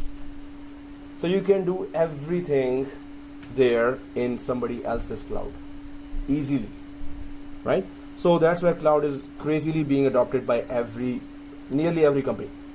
So you're saying that you're saving money? You can try to go for server 1 and do the same thing. Server 1, get internet connection and run that command in PowerShell in server 1. Yeah, you were saying? So You're saving. exactly, millions of dollars companies are saving because now they don't have to give the rent of the hall for the physical servers, large data centers, electricity bill, security, and power support for the hardware, everything, and then cost for the administrator to handle that data center. How does, Mhm. let's say for example, I want to deploy domain controller and a file server. Mm-hmm. Can I do that in Azure? Yes, Of course. easily. Right? So Yeah. let's say I have a location A, and I want to have a file server, a virtualized file server. I want to have a PC and, yeah. and an app server. I want to put everything over there. How does this location talk to Azure? On premises? On-premise Yeah. server as well? So on premises, you have virtual servers. So this cloud right now, what is going on, which era or which phase we are in, on premises has to talk to some cloud appearances, some cloud, presence there. So many companies, very small companies, will be totally on cloud, but majority of the companies you will see that they have smaller data centers now, and some of their machines are in the cloud because they're still worried about the cost of just running the machine, right? So right now the main concern is how can we connect a virtual machine that we have created here in virtual environment. So you should know Hyper-V and VMware because those are the virtual environments that are running in on premises. And those virtual machines, companies are concerned that I want to put these machines in Azure or in AWS. They are worried about that. So this is the phase we're going through. So if you have app server on premises and if you have app server in the cloud, that is very easy to connect to. All you need is a public IP of that and some security protocols defined there that only my company users can connect to that. But that means Uh-huh. that I still need to have some physical server on-prem. Not necessary, but if you have those, technically you can connect to that. If you don't want to have those, just create a virtual machine there in cloud and give the IP addresses to your employees there. First, they will be authenticated through Azure Active Directory, which we are about to synchronize our on-premises employees' user account to the Azure cloud. First, they have to be authenticated through Azure Active Directory. Then they will connect to that app server, that is virtual machine that you created in the You cloud. have to have Azure in your organization. Yes. If you want to use anything, application there in the cloud, and many of the companies have that now, so your employees have to be authenticated from somewhere. So Azure Active Directory, you have to do this lab now, which we are doing, that synchronize those users up there, and then let them use any cloud service. 1, 2, 3, 4. Once Azure Active Directory, authenticates them, that's it. Go ahead and let them use all the cloud services. So it's very, very important now. The trend is really going fast. You will be seeing that a lot of students want to learn Azure and AWS. So a lot of students are coming to that cloud class. This is the third session we're going to start, the cloud one. So it is interesting, and we have done some tough labs there that the active server was on premises and the passive server is on cloud. So we failed over from active to passive on the cloud, and from cloud when it was active, we failed over from active to passive here in on premises as well. It does that and easily. We done that failover clustering in on premises till now, right? But cloud to on premises, wow, Azure really is good in that. I was not expecting Azure to be that good. So, but AWS, we're gonna do that tough lab there as well very soon because I've been creating some long labs there. So we're gonna be doing that. But companies right now, you might face that first one that, hey, we have on-premises and cloud, can you connect them? How expensive for Azure? There is cost estimator there. The calculator is always there. For virtual machines, when we create a virtual machine, suppose I create virtual machine now, so it will say that it's 0.003 cents per hour. Now, if you're good in maths, you can say that for $1, you can run that machine for what? But you can basically scale up and scale down, add more processor, add more Yes. RAM, add more That was the worst ever machine that we started. Yeah, that was the most smallest machine. That was 0.003 cents per hour. Cents. Otherwise, if you have 16 GB RAM and 24 GB RAM, it may be $1 or $2. It normally starts with cents per hour. So we have been trying to use that, and it's been not expensive in our test labs. So no, companies are there, banks are there, governments are there now. So it's no denying that companies overall will be requiring those guys who have cloud skills, right? What about the data sitting on the sitting there? Is there a way that we could back up to our Oh yeah, cloud backup. application? You can download the virtual machine or the data from there as a backup. Normally people are uploading their backups there. They are doing backup up there. Instead of on any data center, they are uploading. So there is Azure backup, there is AWS backup. They have so many pure redundancy, there is no reason for you to download, right? Exactly. A lot more secure out there. Exactly. So they have so many. So you can have a replicated data. So one data is in East Coast, other is on the West Coast. So that's how, and you can just pay for the replication, but they are highly available. So that's why companies are crazily going there, because investors are the top companies. So they must have the state-of-the-art, facilities there. Okay, guys, what is the purpose of doing this lab? Just to connect at least the 390 users of Active Directory here to the cloud. So those users will be authenticated from Azure Active Directory when they start using any of the any applications in the cloud, right? So they have to be authenticated from Azure Active Directory. But if you are told that, hey, create 390 users there in the cloud, then you need some script to do that. But here, suppose you have 390 employees there and they're working for 10 years now. So you have their department information and phone number and address, and everything is put there, lots of info already in Active Directory. So your boss will say, already in AD. So boss will say, hey, why are you recreating all those users in cloud? Why don't you synchronize those users there? Because they have all the information already put there. We've been using that Active Directory for 10 years. Why should we redo the whole thing? So that's why they will say, no, synchronize from there to cloud Active Directory. I don't want to recreate or new all the users. So in that case, what happens, one important thing to understand here is, suppose 390 users are connected, synchronized to cloud, what will happen? Suppose your boss says, oh, these 390 users, they were in sales department, now they're all in marketing department. So just go to Active Directory and change it from sales to marketing in the department window. They are synchronized in cloud, but they are coming from on-premises. You cannot make any changes on the users that are synchronized from cloud. So you cannot go to cloud and make those changes of the user accounts that are coming from on-premises there.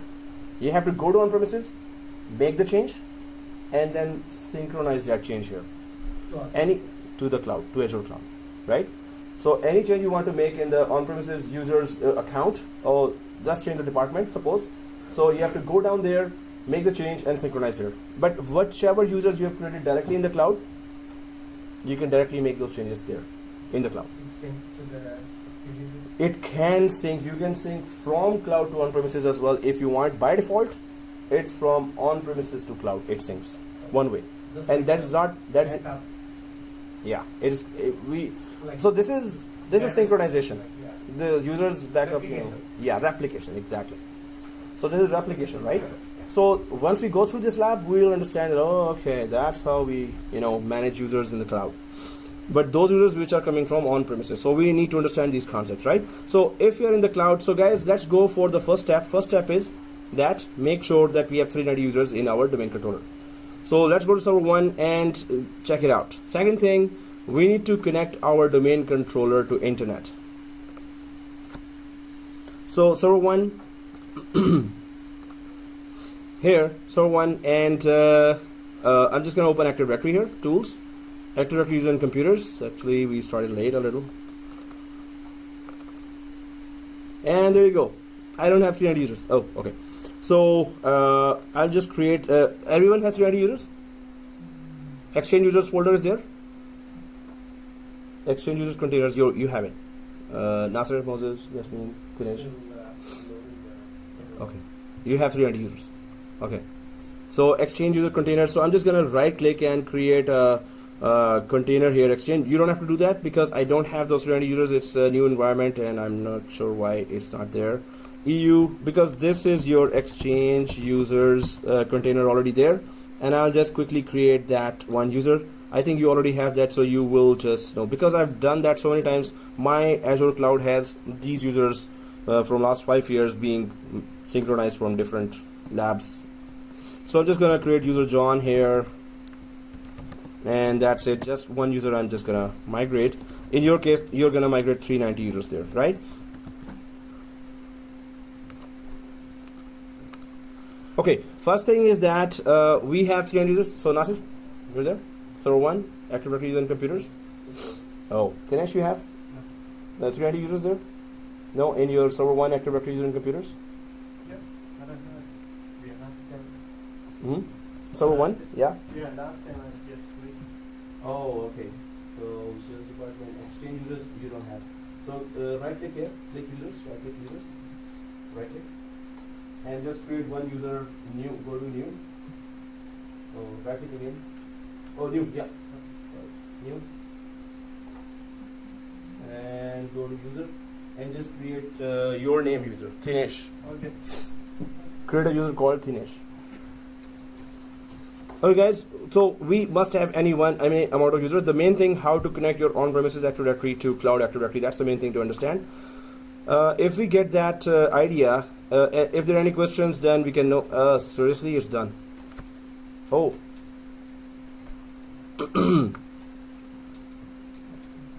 Is it done for everyone? Okay. So guys, now it's kind of environment multitasking. So our Docker lab is done. So if you're doing these two labs, what happened? It's not working there on the server 1 as well? Oh. It happens. Come on, it's computers, IT. Okay guys, so there is Docker images command, next one. If it is done, you can just put Docker space images. Does it show anything?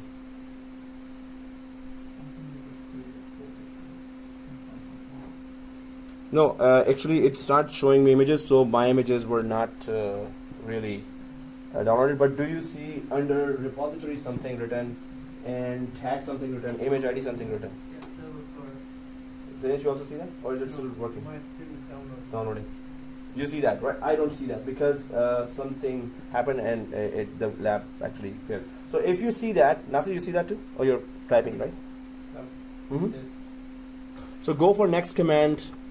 my one says it's got a Docker command. Docker space images. DOCKER space IMAGES. I just copied from Oh yeah. this one. Oh yeah, this one. Docker images.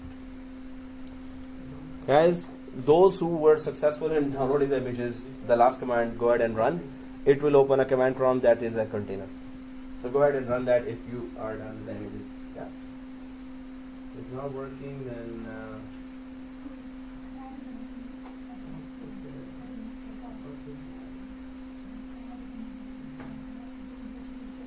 Yeah, Cool. it's it hasn't changed. Docker.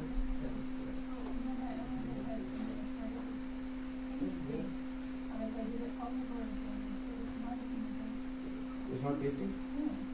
So open inside this. Open an Internet Explorer inside this machine and then paste it from there. Across the machine sometimes it doesn't paste. That's why we're supposed to open. So if you run case sensitive, yeah. One type the IT config and it is giving a. No, also type postname command. So is it giving server 2 or no? It's a different, totally different machine. And dir and go to users, CDs users. dir container administrator.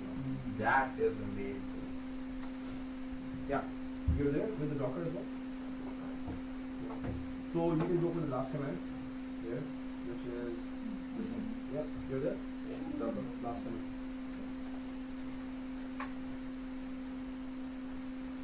it's going to open a big command prompt there, and that will be actually the container that is being created.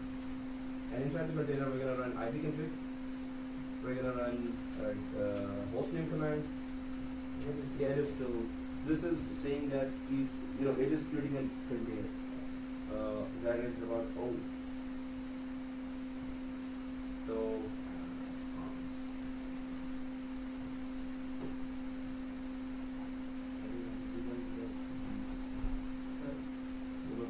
after CMD there is some unrecognized characters.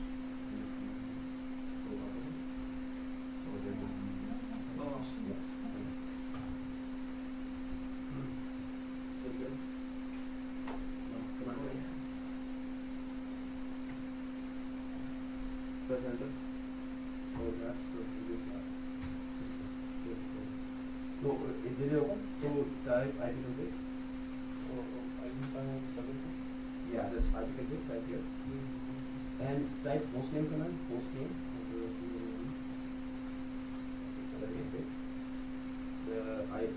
enter. And it has these IP, type hostname.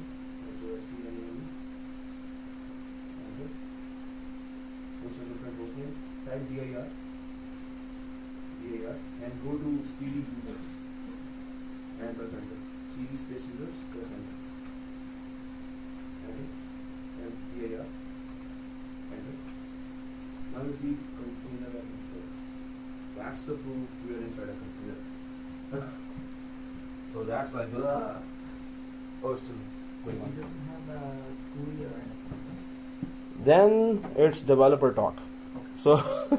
So I would They do whatever they do, but it's better to go ahead and try to at least install some small application. And for that, I would ask you to challenge yourself and go to YouTube how to install an app inside container. We got container up, we got Docker up, and then we got container up. So if you get these commands, and you can try this at home as well. So many of the students in the morning also tried that, because not for all this worked. Many of the students in the morning, this didn't work. So they tried at home with their fast internet connection, the same steps. What you do after that, if this is done, so it will create command prompt like interface,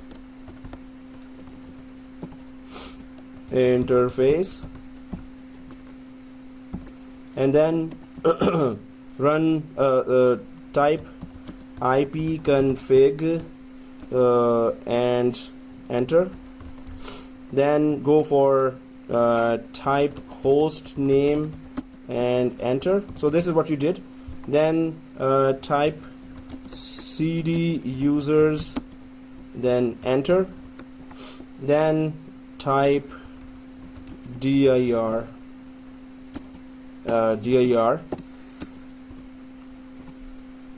and enter. So please copy this all as commandlets just to check that this all works with the container. So so when you say black interface, this is the container you are inside. Ta-da! Okay, so I'm just gonna click save. This is the whole written lab that you should be looking for. So I'll just put it in your slide so you could have that there as well. Oh, one more thing in the end is that type dir enter, and then look for container administrator, and this means you're inside container now, right? So now what you can do, you can deploy applications that are available on the docker.hub only, right? Docker Hub. Otherwise you can't do anything else. Any normal applications you cannot install that way. So I'm just gonna control C8, and I'll just put it in the slide as well at the end of slide. And we can go for the other lab as well. Yeah. Yay! See, so much excitement. Okay.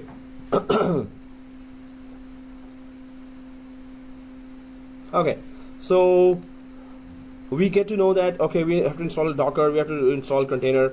So we are now continuing with the other lab. Are we okay with the multitasking here? Are we understanding what we're doing? Right? So the other lab, we were talking about this scenario where we needed to synchronize users from on-premises environment to the cloud. So at on-premises Active Directory, synchronization of users to the cloud Active Directory. Now, what we need to do is, there are two things that are very crucial to this setup here. One is that you need to create a cloud admin.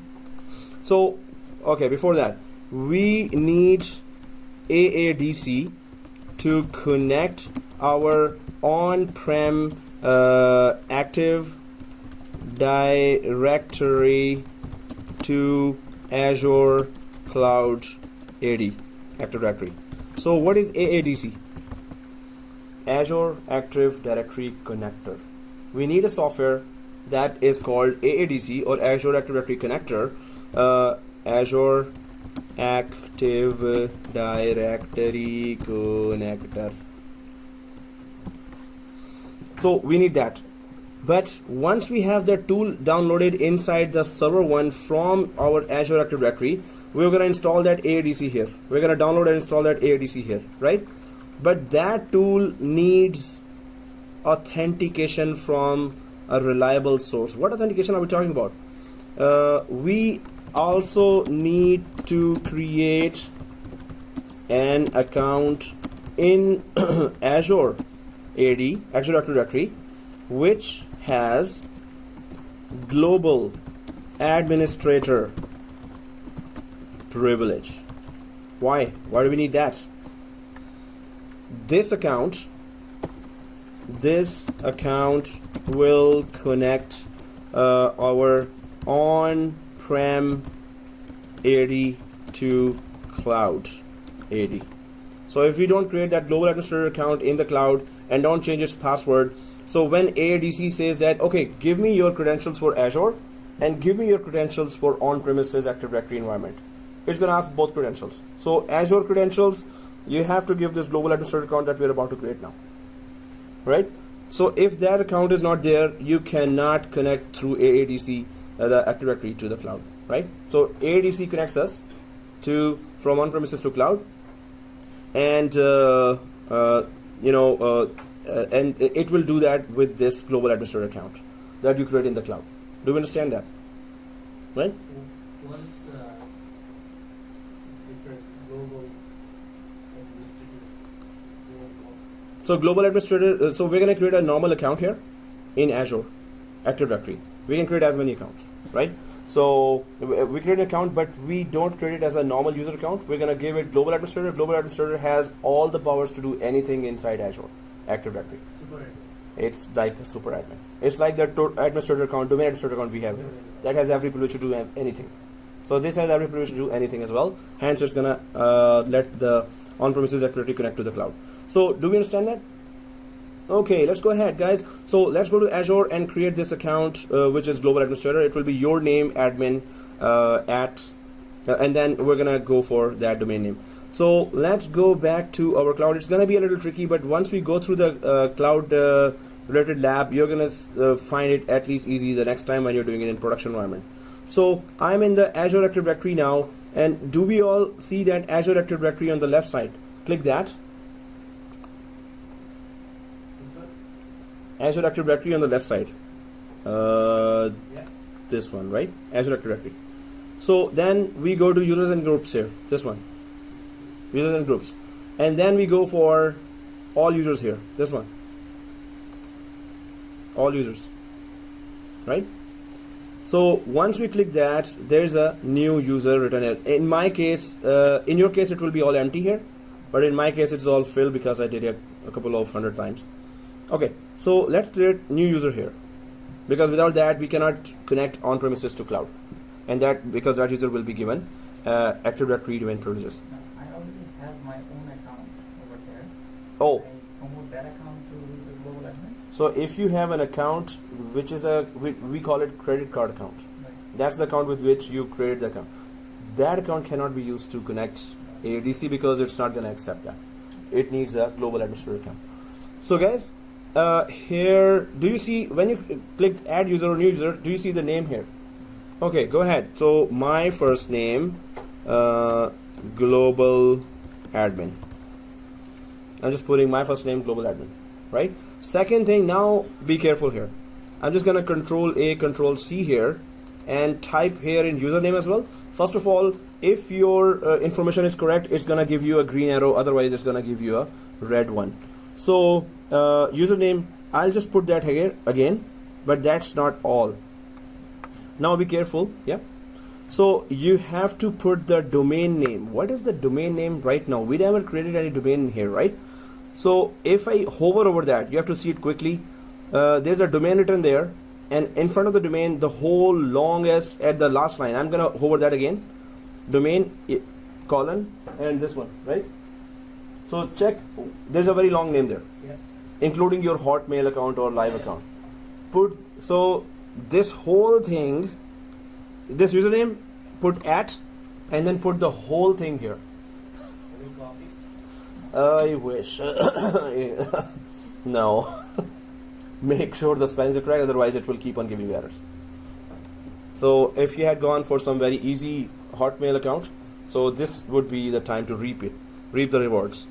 It was some tricky one. So in my case, I had testing hybrid installation.co domain I purchased in $2, and so that domain, thank God I keep an eye on auto renew. So that domain is already gone, but somehow it is still added here. On GoDaddy it doesn't exist anymore. So at testing hybrid installation.co. So if it gives you green arrow, you're good. Okay, good. So it must give you green arrow here. You got it? Can we change that? Too late now. My that blue red. Whatever domain you have, you just have to type that, right? But it's very long, yes. It ends at .onmicrosoft.com, which is a free domain, right? It ends with .onmicrosoft.com. So if you have put that, let's go ahead. The only other thing to do is give this simple user. Right now it's a simple user. It has no privileges. So give it the highest privileges, which is not a, be careful in your production environment. Don't give it to any other user without any reason. So go to this directory role. It's just a user, this one. Click that, and you see global administrator. Yay! Okay, so global administrator, we click that, and press OK. Do you see that OK here? You have to press that OK. What about because profile? no profile, you can just put any information. That guy lives in Toronto and beside meat shop, and the chicken is very good there. So okay, so global administrator here. And now guys, the tricky part here, the second tricky part. First tricky part was that you have to put the whole domain name. Second tricky part is that it's gonna create some password here. This password, Why was title? what? Boom. Mumu. It's Doxa and Mumu. No, boom. Boom. Boo. Okay, yeah, that's one. Mine is nice. Polo. Colo. Polo 668. Okay. All right. What's yours? Volvo. Volvo. Vovo. So Boomu, Vovo, Colo, and Doxa. What's yours? Kyo.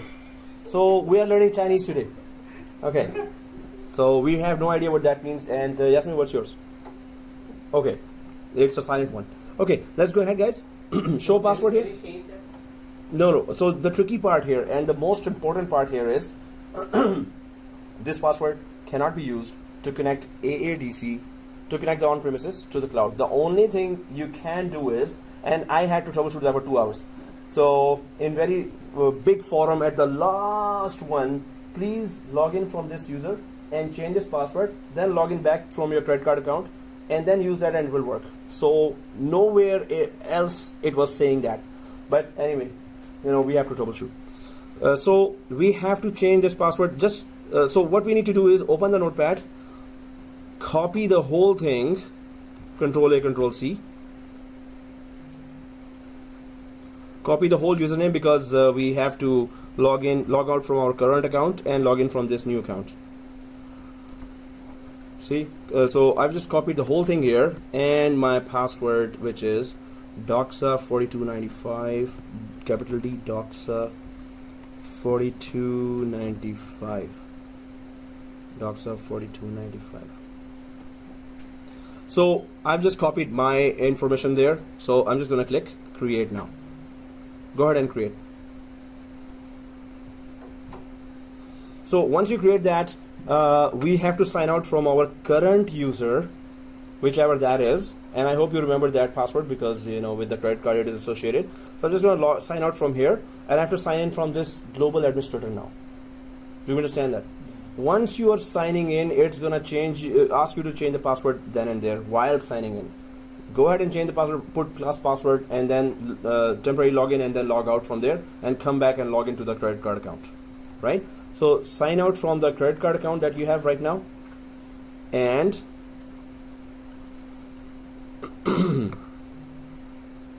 sign in from, so if this list comes, go for use another account. Use another account, and then I'll just go for that control V.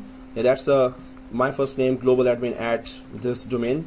So yes, this is what I just created. So I'm gonna paste that username and click next, and the password is for now doxa. What was that? Doxa 4295. 4295. So now, oops. Yes. So put it to some password that you can remember, or go for class password simply. I always go for class password. Oh. Okay, so many classes have put that password. So Microsoft is blacklisted right now. So who blacklists a password? Password history complexity, So okay. So this was my current password. So I'm just sign in, and so again doxa 4295 was my current password, and the new password I'll just go for XYZ, capital XYZ, shift 123, and then XYZ, capital XYZ, shift 123. I hope this is not seen too many times as well. This is also?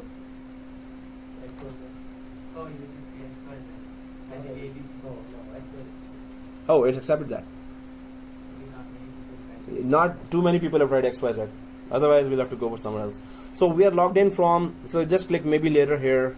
Don't start the tour now. And that's all we needed to do. Just remember that username, password now, and just sign out from it and sign in again from your credit card account now.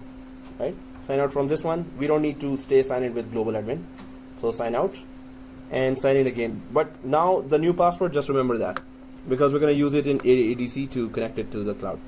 So I'm just going to go for, not use another. Amir ka salam. Okay, no, that's some name there. Yeah. And then, so I'm logged in from that. Yes, that's it. Now I need to, now I need to go for AADC download.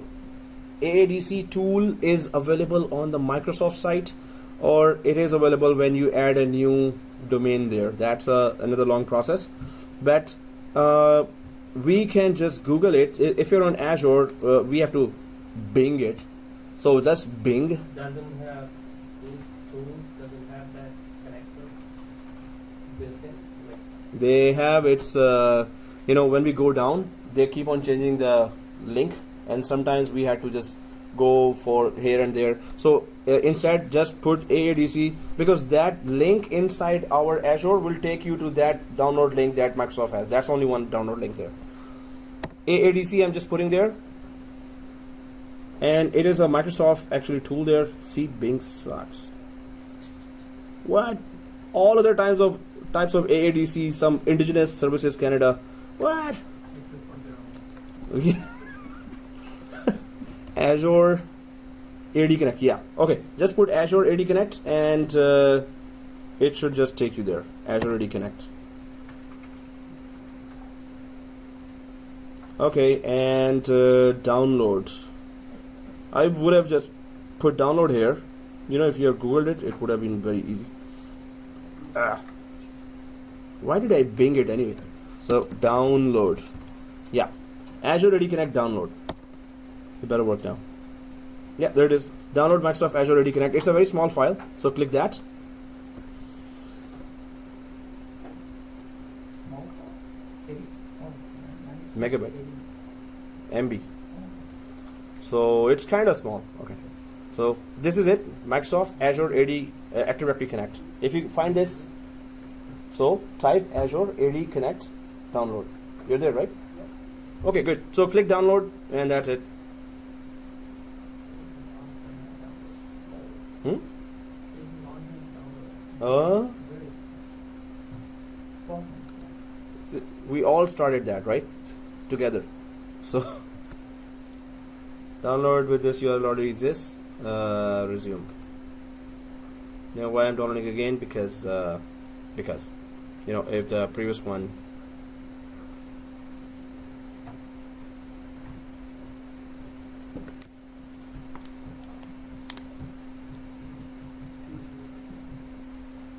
it's downloading.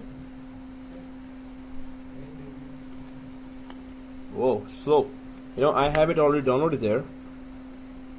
So I can give you an USB or actually give you. Oh, it heard that. Oh no. Oh, it's done. Done? Yeah, Okay. done. Oh, that's good.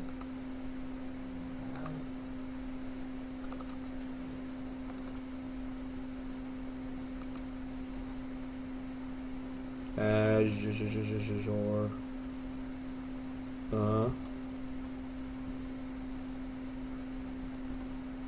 We're going to stop this till Yeah. So copy it inside the server 1 C drive or downloads folder, and then double click and install it. So the whole thing.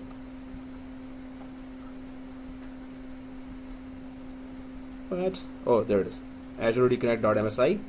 So copy that and put it inside the server 1, anywhere, desktop, downloads folder, anywhere.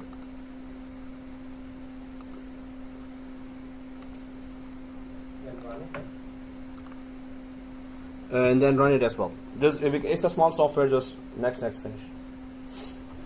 So I've just copied it inside the server 1, and it's anywhere in the downloads folder, on the desktop, anywhere, and simply double click and run it. Because we have that global administrator credentials, so we're ready to migrate or synchronize, not migration. This is synchronization.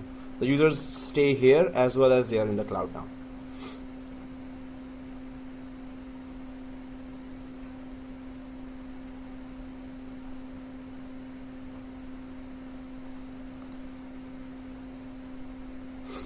Okay, AzureAD Connect.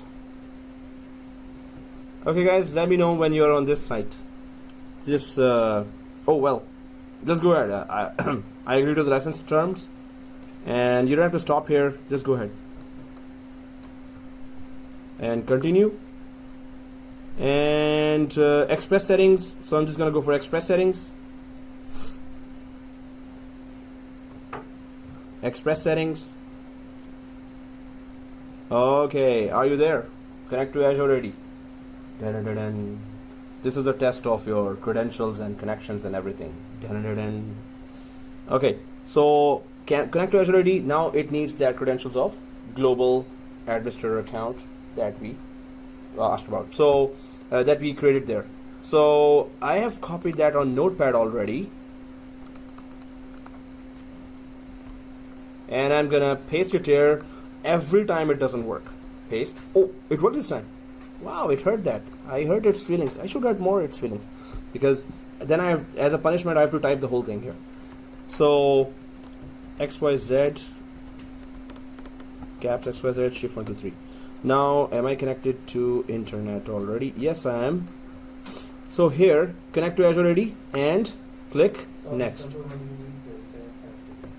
Yeah, server 1 we need internet connection, guys, because we were connecting from server 1 within server 1. So go ahead and connect.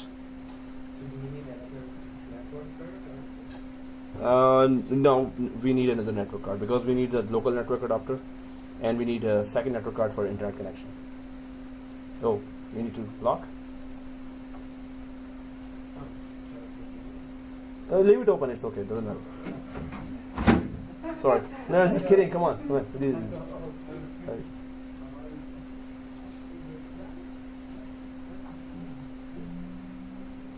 Okay guys, so connect to Azure. I'm just gonna click next.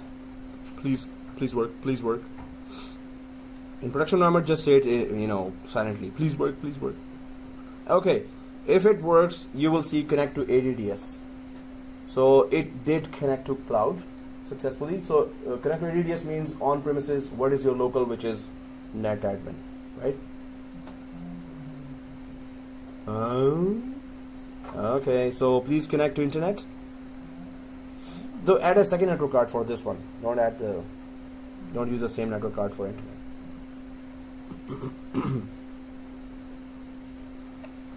So you should be on. So Moses, you're there. Yeah. You're like synchronizing now. No. Connecting. Okay. Okay.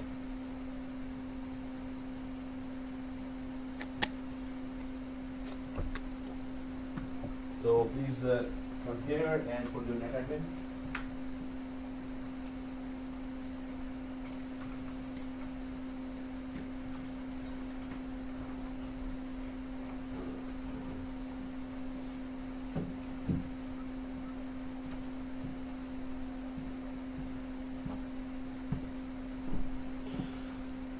So what it says, just saying that put credentials of the cloud and put credentials locally of the local environment. So I'm just gonna put the credentials of the local environment, net plus domain backslash net admin. What happened? There's a big O. No, this is connect. Does it say connect to ADDS? Yeah. If you're there, this means you've already put the connect to cloud. Azure cloud is already there, right? Let me put previous. I'm going to previous now. Oh, okay. AzureAD cloud. AzureAD? No, You're on this screen, not the ADDS. AzureAD, the global admin credentials. You're done, right? Cool. So, oh, it's up. Where? It says restore virtual machine state. Oh, okay. You can. Oh, now after this, it will be all deleted. These accounts will be deleted. Is the cloud course is for Azure and AWS together, or It's 2-in-1. We've put. So that's why students see more value here. We get to learn Azure, and then we get to learn AWS, or those who want AWS, they get to learn Azure as well. Otherwise, they are separate courses. We just started. We wanted to launch, so we said that. also have any certifications? Oh yeah, 7. So it covers 2 certifications. AWS, that is AWS Solutions Architect. That's the first certification of AWS. That is also tough. And the second one is 70-533 Administering Azure. That's the second certification for Microsoft. First for AWS. Both are, people are doing that. These 2 certifications. Minimum, at least any one you do, that's kind of a must now.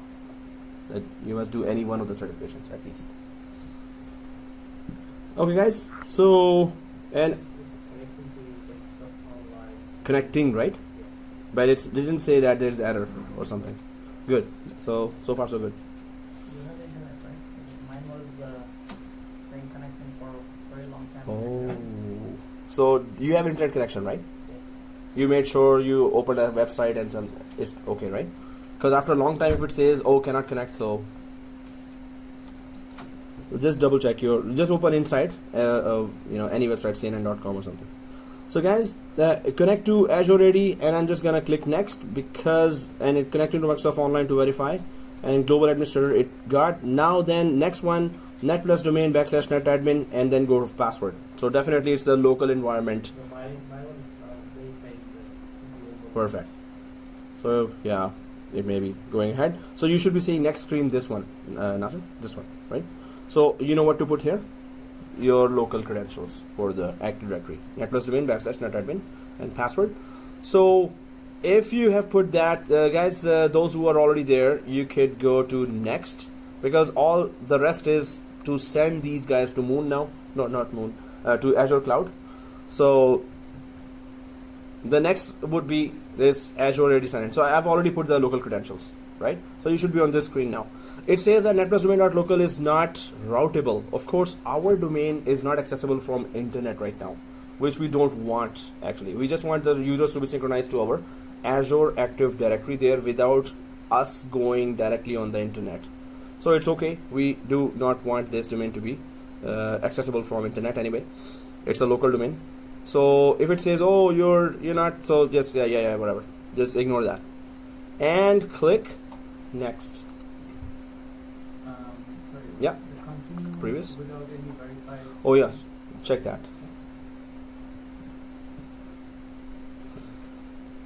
Click next. So you should be seeing the last screen as this.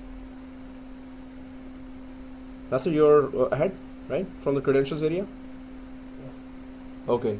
I Finish. have to connect to Iridius. Okay. So that's the credentials, right? If you had created the netadmin. Then Yeah. So net plus domain / netadmin and the password, last password. So once you're there, let me know. So let's go ahead, guys. If you're on the screen, go ahead and click install. And it should be Microsoft SQL Server. It's now going to create a local SQL Server, small one, and then it's going to synchronize all those users to the cloud. So once it is done, you can go to the cloud to the same Azure Active Directory, then users and groups, then all users. You should be on this screen actually, all users, and be ready to F5 it after it is done here.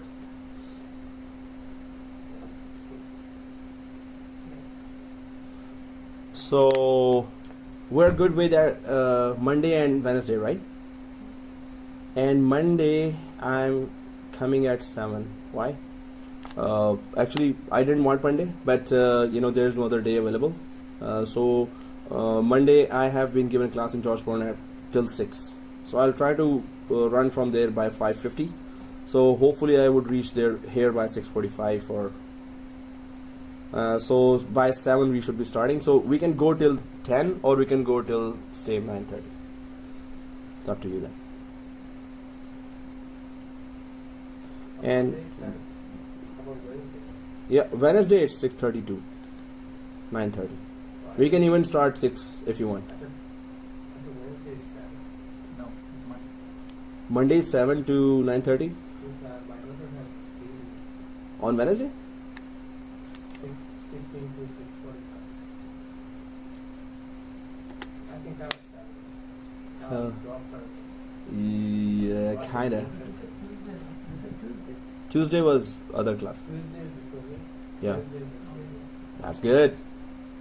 Yeah, that's a good, active life. But you have to a little just now, because Friday is the only one remaining then. It's only February after that. Yes, exactly. Yeah. It's only 2 months, January. Mhm. February.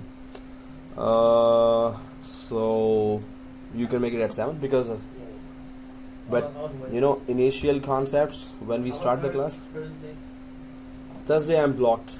Thursday George Brown has given me a class out of nowhere, without warning. So otherwise I would have gone for Thursday. So I'm connected. Then what? Go, click next. Let's and finish. Continue without any Yeah. verified domains. Yeah, check that.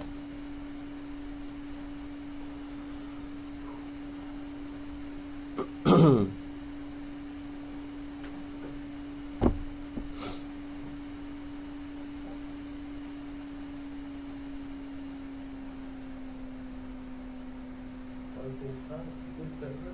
Yeah. Express. Suppose a company has 50,000 accounts there, suppose. So it needs a SQL Server to have that information saved. And also, so guys, while it is doing that, oh, it's done for me. Is it done already for you? Do you see those users already there? Oh, you're like 20 years ahead of us, you guys. Mine is showing that the sync is never done.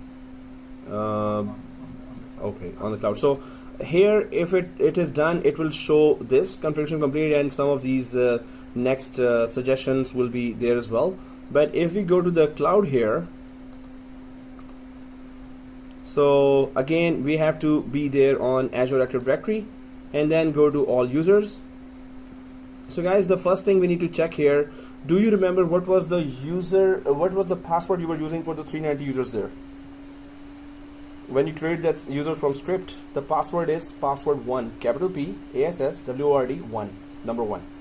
Now the good thing that we need to check, actually that's a very critical thing, you cannot give or change 390 users password because you synchronize them. Those same passwords should work here on the cloud as well. Those who are done, you can go to this, so users and groups, I'm just going to go there, and all users, and you have a user called Alan.read. So go for Alan. So first of all, go to those all users. You should be seeing all these users, right? So go to Alan.read and check what is the full domain name. Please check that, or in fact, Why is changed? no, it is still free domain. It's still .onmicrosoft.com. So on cloud, it's gonna change whatever domain you have. So if you have bought from GoDaddy, you can add that domain to Azure and then put these users to that domain. It's gonna be with that plus. No, it's gonna be the online domain. But why can we go for? First of all, we cannot go with this on Microsoft because this is for 30 days only. So you must have some domain added to it from GoDaddy, bought from GoDaddy, or from any other registrar, domain registrar, and these users have to be converted to that domain, right? So That means basically mhm, including your company's domain account here. exactly. So that they sync the same. Exactly. So one more thing is that the passwords have to be the same when they are synchronized, right? Passwords have to be the same when they're synchronized. So whatever password they were using in on-premises, suppose they were logging into Windows 7, Windows 10, and the password they were using was password 1, that same password should be here now working to log into the cloud as well. So what do? Do you have the same company name here? So what I would do is I would just click the Alan Read here. Actually click Alan Read and it should open another. So you need to remember this whole, oh sorry, here Alan Read on this one, and it will open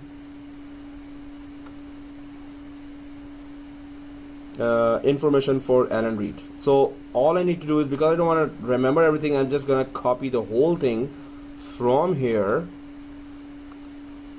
and the password we know that we created from script was password 1.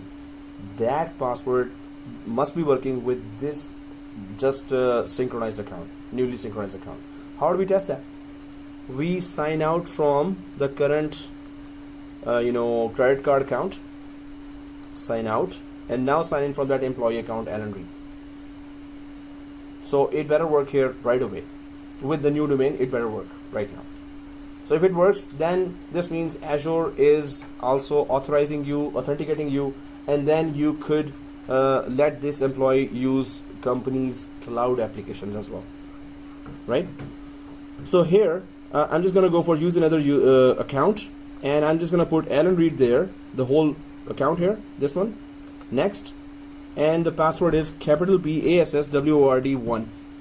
So this password came from our on-premises Active Directory. So if you are unable to log in, this means that there's something wrong with the synchronization. Otherwise, this password should work. So everyone was able to log in? You able to log in? Oh, you already done that. Like 50 minutes ahead of us. Oh. Moses, you already done? Somebody's not 50 minutes ahead of us now. So when I log in from Alan Read with the password I know from on-premises environment, so it logs in perfectly. But that user has no privileges to do anything here unless you assign those privileges, or unless you assign the license to do anything. The user can. Otherwise, the user cannot do anything, right? So I am able to log in from Alan Read. So I'm just gonna sign out from here, and I'm gonna sign in again from that credit card account. So the password gets synchronized right away. Now the next small step lab is that what if you want to make a change? So let's change the department of Alan Read, or let's put some department there, because right now there's no department, right? So I'm just gonna go to Alan Reed. If you have logged in and if you have logged in, just go ahead and log out. So I'm just gonna go to virtual to Azure Active Directory again. Go to users and groups again.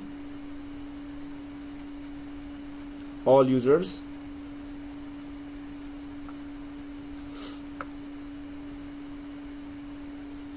And then we have Alan Reed here.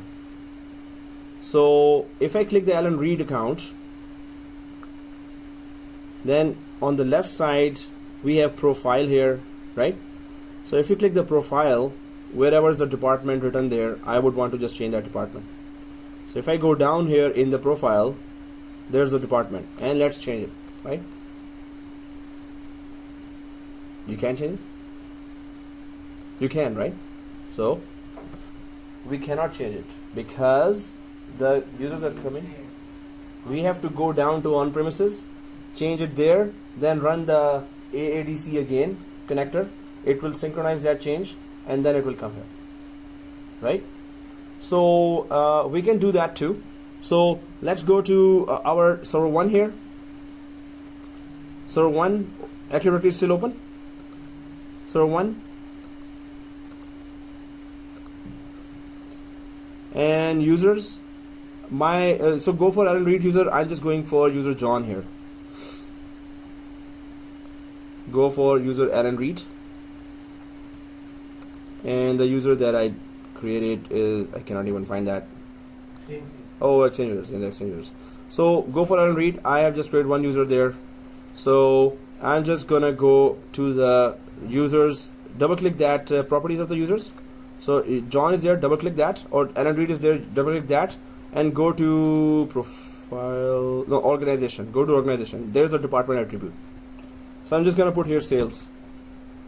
Now this shows that this is a procedure. You have to make all those changes every day. There will be tickets. Okay, change this information, office information, phone information, email information for that user, and just synchronize to cloud.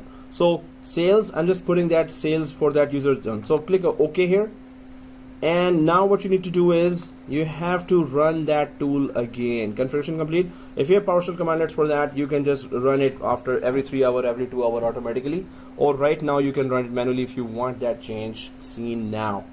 So I have made that change already. I'm just gonna minimize everything, and I've stopped, or I have closed that AzureAD software there. Click close because it was last time just that option was there, close. So make that change in sales department in Alan Reed's account, and then double click the, come back here, AzureAD Connect. Now it's going to show you a little different screen because it is already installed and first time it's synchronized. When it starts again, so welcome to AzureAD Connect again, but now we're just synchronizing the small change we have made there, right? So click configure on the first screen, and then you have to choose the second one here, customize synchronization options. Any other will be doing something else, but we just need to send that change up in the cloud in Azure Active Directory, which the change we made here. Next, again that same drill of I don't have it. Yeah, Notepad global administrator, right? And wow, today it's working. Copy paste and XYZ shift 1 to 3, and I'll just press enter here. Connect to AzureAD. Well, the first time it worked, so now it's working again, so that's good. Connect to your directories. Yes, we have just one directory here, so just click next here as well. If you're on this screen, that's a good thing about this is you don't have to send all those folders synchronizing on the cloud as well every time you're synchronizing. So I can go for sync selected domains and use here, this second option, because I know my user is living only in exchange users area and I only made a change in that user. So I'm going to unselect all, and I'm only going to select this exchange users, right? It makes sense. Every time you're synchronizing for one user, you don't have to send everything there, right? Passwords of all users again. So exchange users, just select that and click next. Now you have reduced the traffic. Password synchronization is the one thing that we want. Actually, it's password synchronization will also send that sales information or Active Directory related information as well. It's not only password. The other cool feature is that password write back. So if you have made any changes on the cloud, it can synchronize back as well if you click that option. Whatever changes you made there. But right now we are made changes here, so we want to go from on-premises to cloud, right? So it is selected, password synchronization, and click next. Ready to configure, checking for installed components. This is a manual process that you have to do every time you want to synchronize something on the cloud. It's not automatic. So then we have to look for, there are partial commandlets and it can be automatic as well. So then we have to get the developer to create a script that synchronizes the whole thing every 3 hours or 2 hours or 1 hour. So start the synchronization process, configure, and update. Okay, it's not gonna show up right away, sales, which we put there. So when you reach home, check, tomorrow check, it will ultimately be there. But right now, only lucky ones will see it right now. But this is, so two things. One is that password is supposed to be there, that the on-premises password you gave, those passwords should be there. And you should log in from those employees account with those on-premises password. Second thing, when you make a change, come back here, make the change and synchronize it and send it to the cloud. These are the two things you need to know, right? Any questions? So this is the lab that I was asking about, right? But due to the limitation of time, we did not add the GoDaddy domain because GoDaddy domain we could have added there, but that's another set of so I can send you the video how to do that, because there's a full video of this where we did that lab with 27 students, so it was pretty slow. Here we were just clicking like few students and we went fast. This is the same thing we did, but we also added the GoDaddy domain there. So I'm just going to send that video to you. You can just follow that and add the GoDaddy domain. That's important, that the employees should not have their emails or full FQDN name, FQDNs ending with .on Microsoft. They should not be ending with .on Microsoft, right? It's going to be there 30 days. After that, you have to put some domain there. So you will have to go for importing a domain from whichever is there. You have to go through that process of importing a domain to the Azure and then attaching these users to the domain. After 30 days, will Microsoft start charging, or they will simply No. So they will just delete your account after 60 or 90 days. But they will keep giving you warning that, hey, they're not synchronizing. You just ignore that. Right? Okay, guys, this is it. And this was 2 labs today. One is that container and Docker. Second is that how to connect on-premises to cloud. And see you on not this Monday, next Monday for 70-741. So whatever you have in this account, this account will be deleted now with all the machines. So if you save some files, you can copy now, because then there will be 70-741 written, and you will be logging from there. And we're going to do the first lab by creating our. We have to copy that. Sorry. You want us to copy? If there is anything important, otherwise leave it. We're just going to delete that.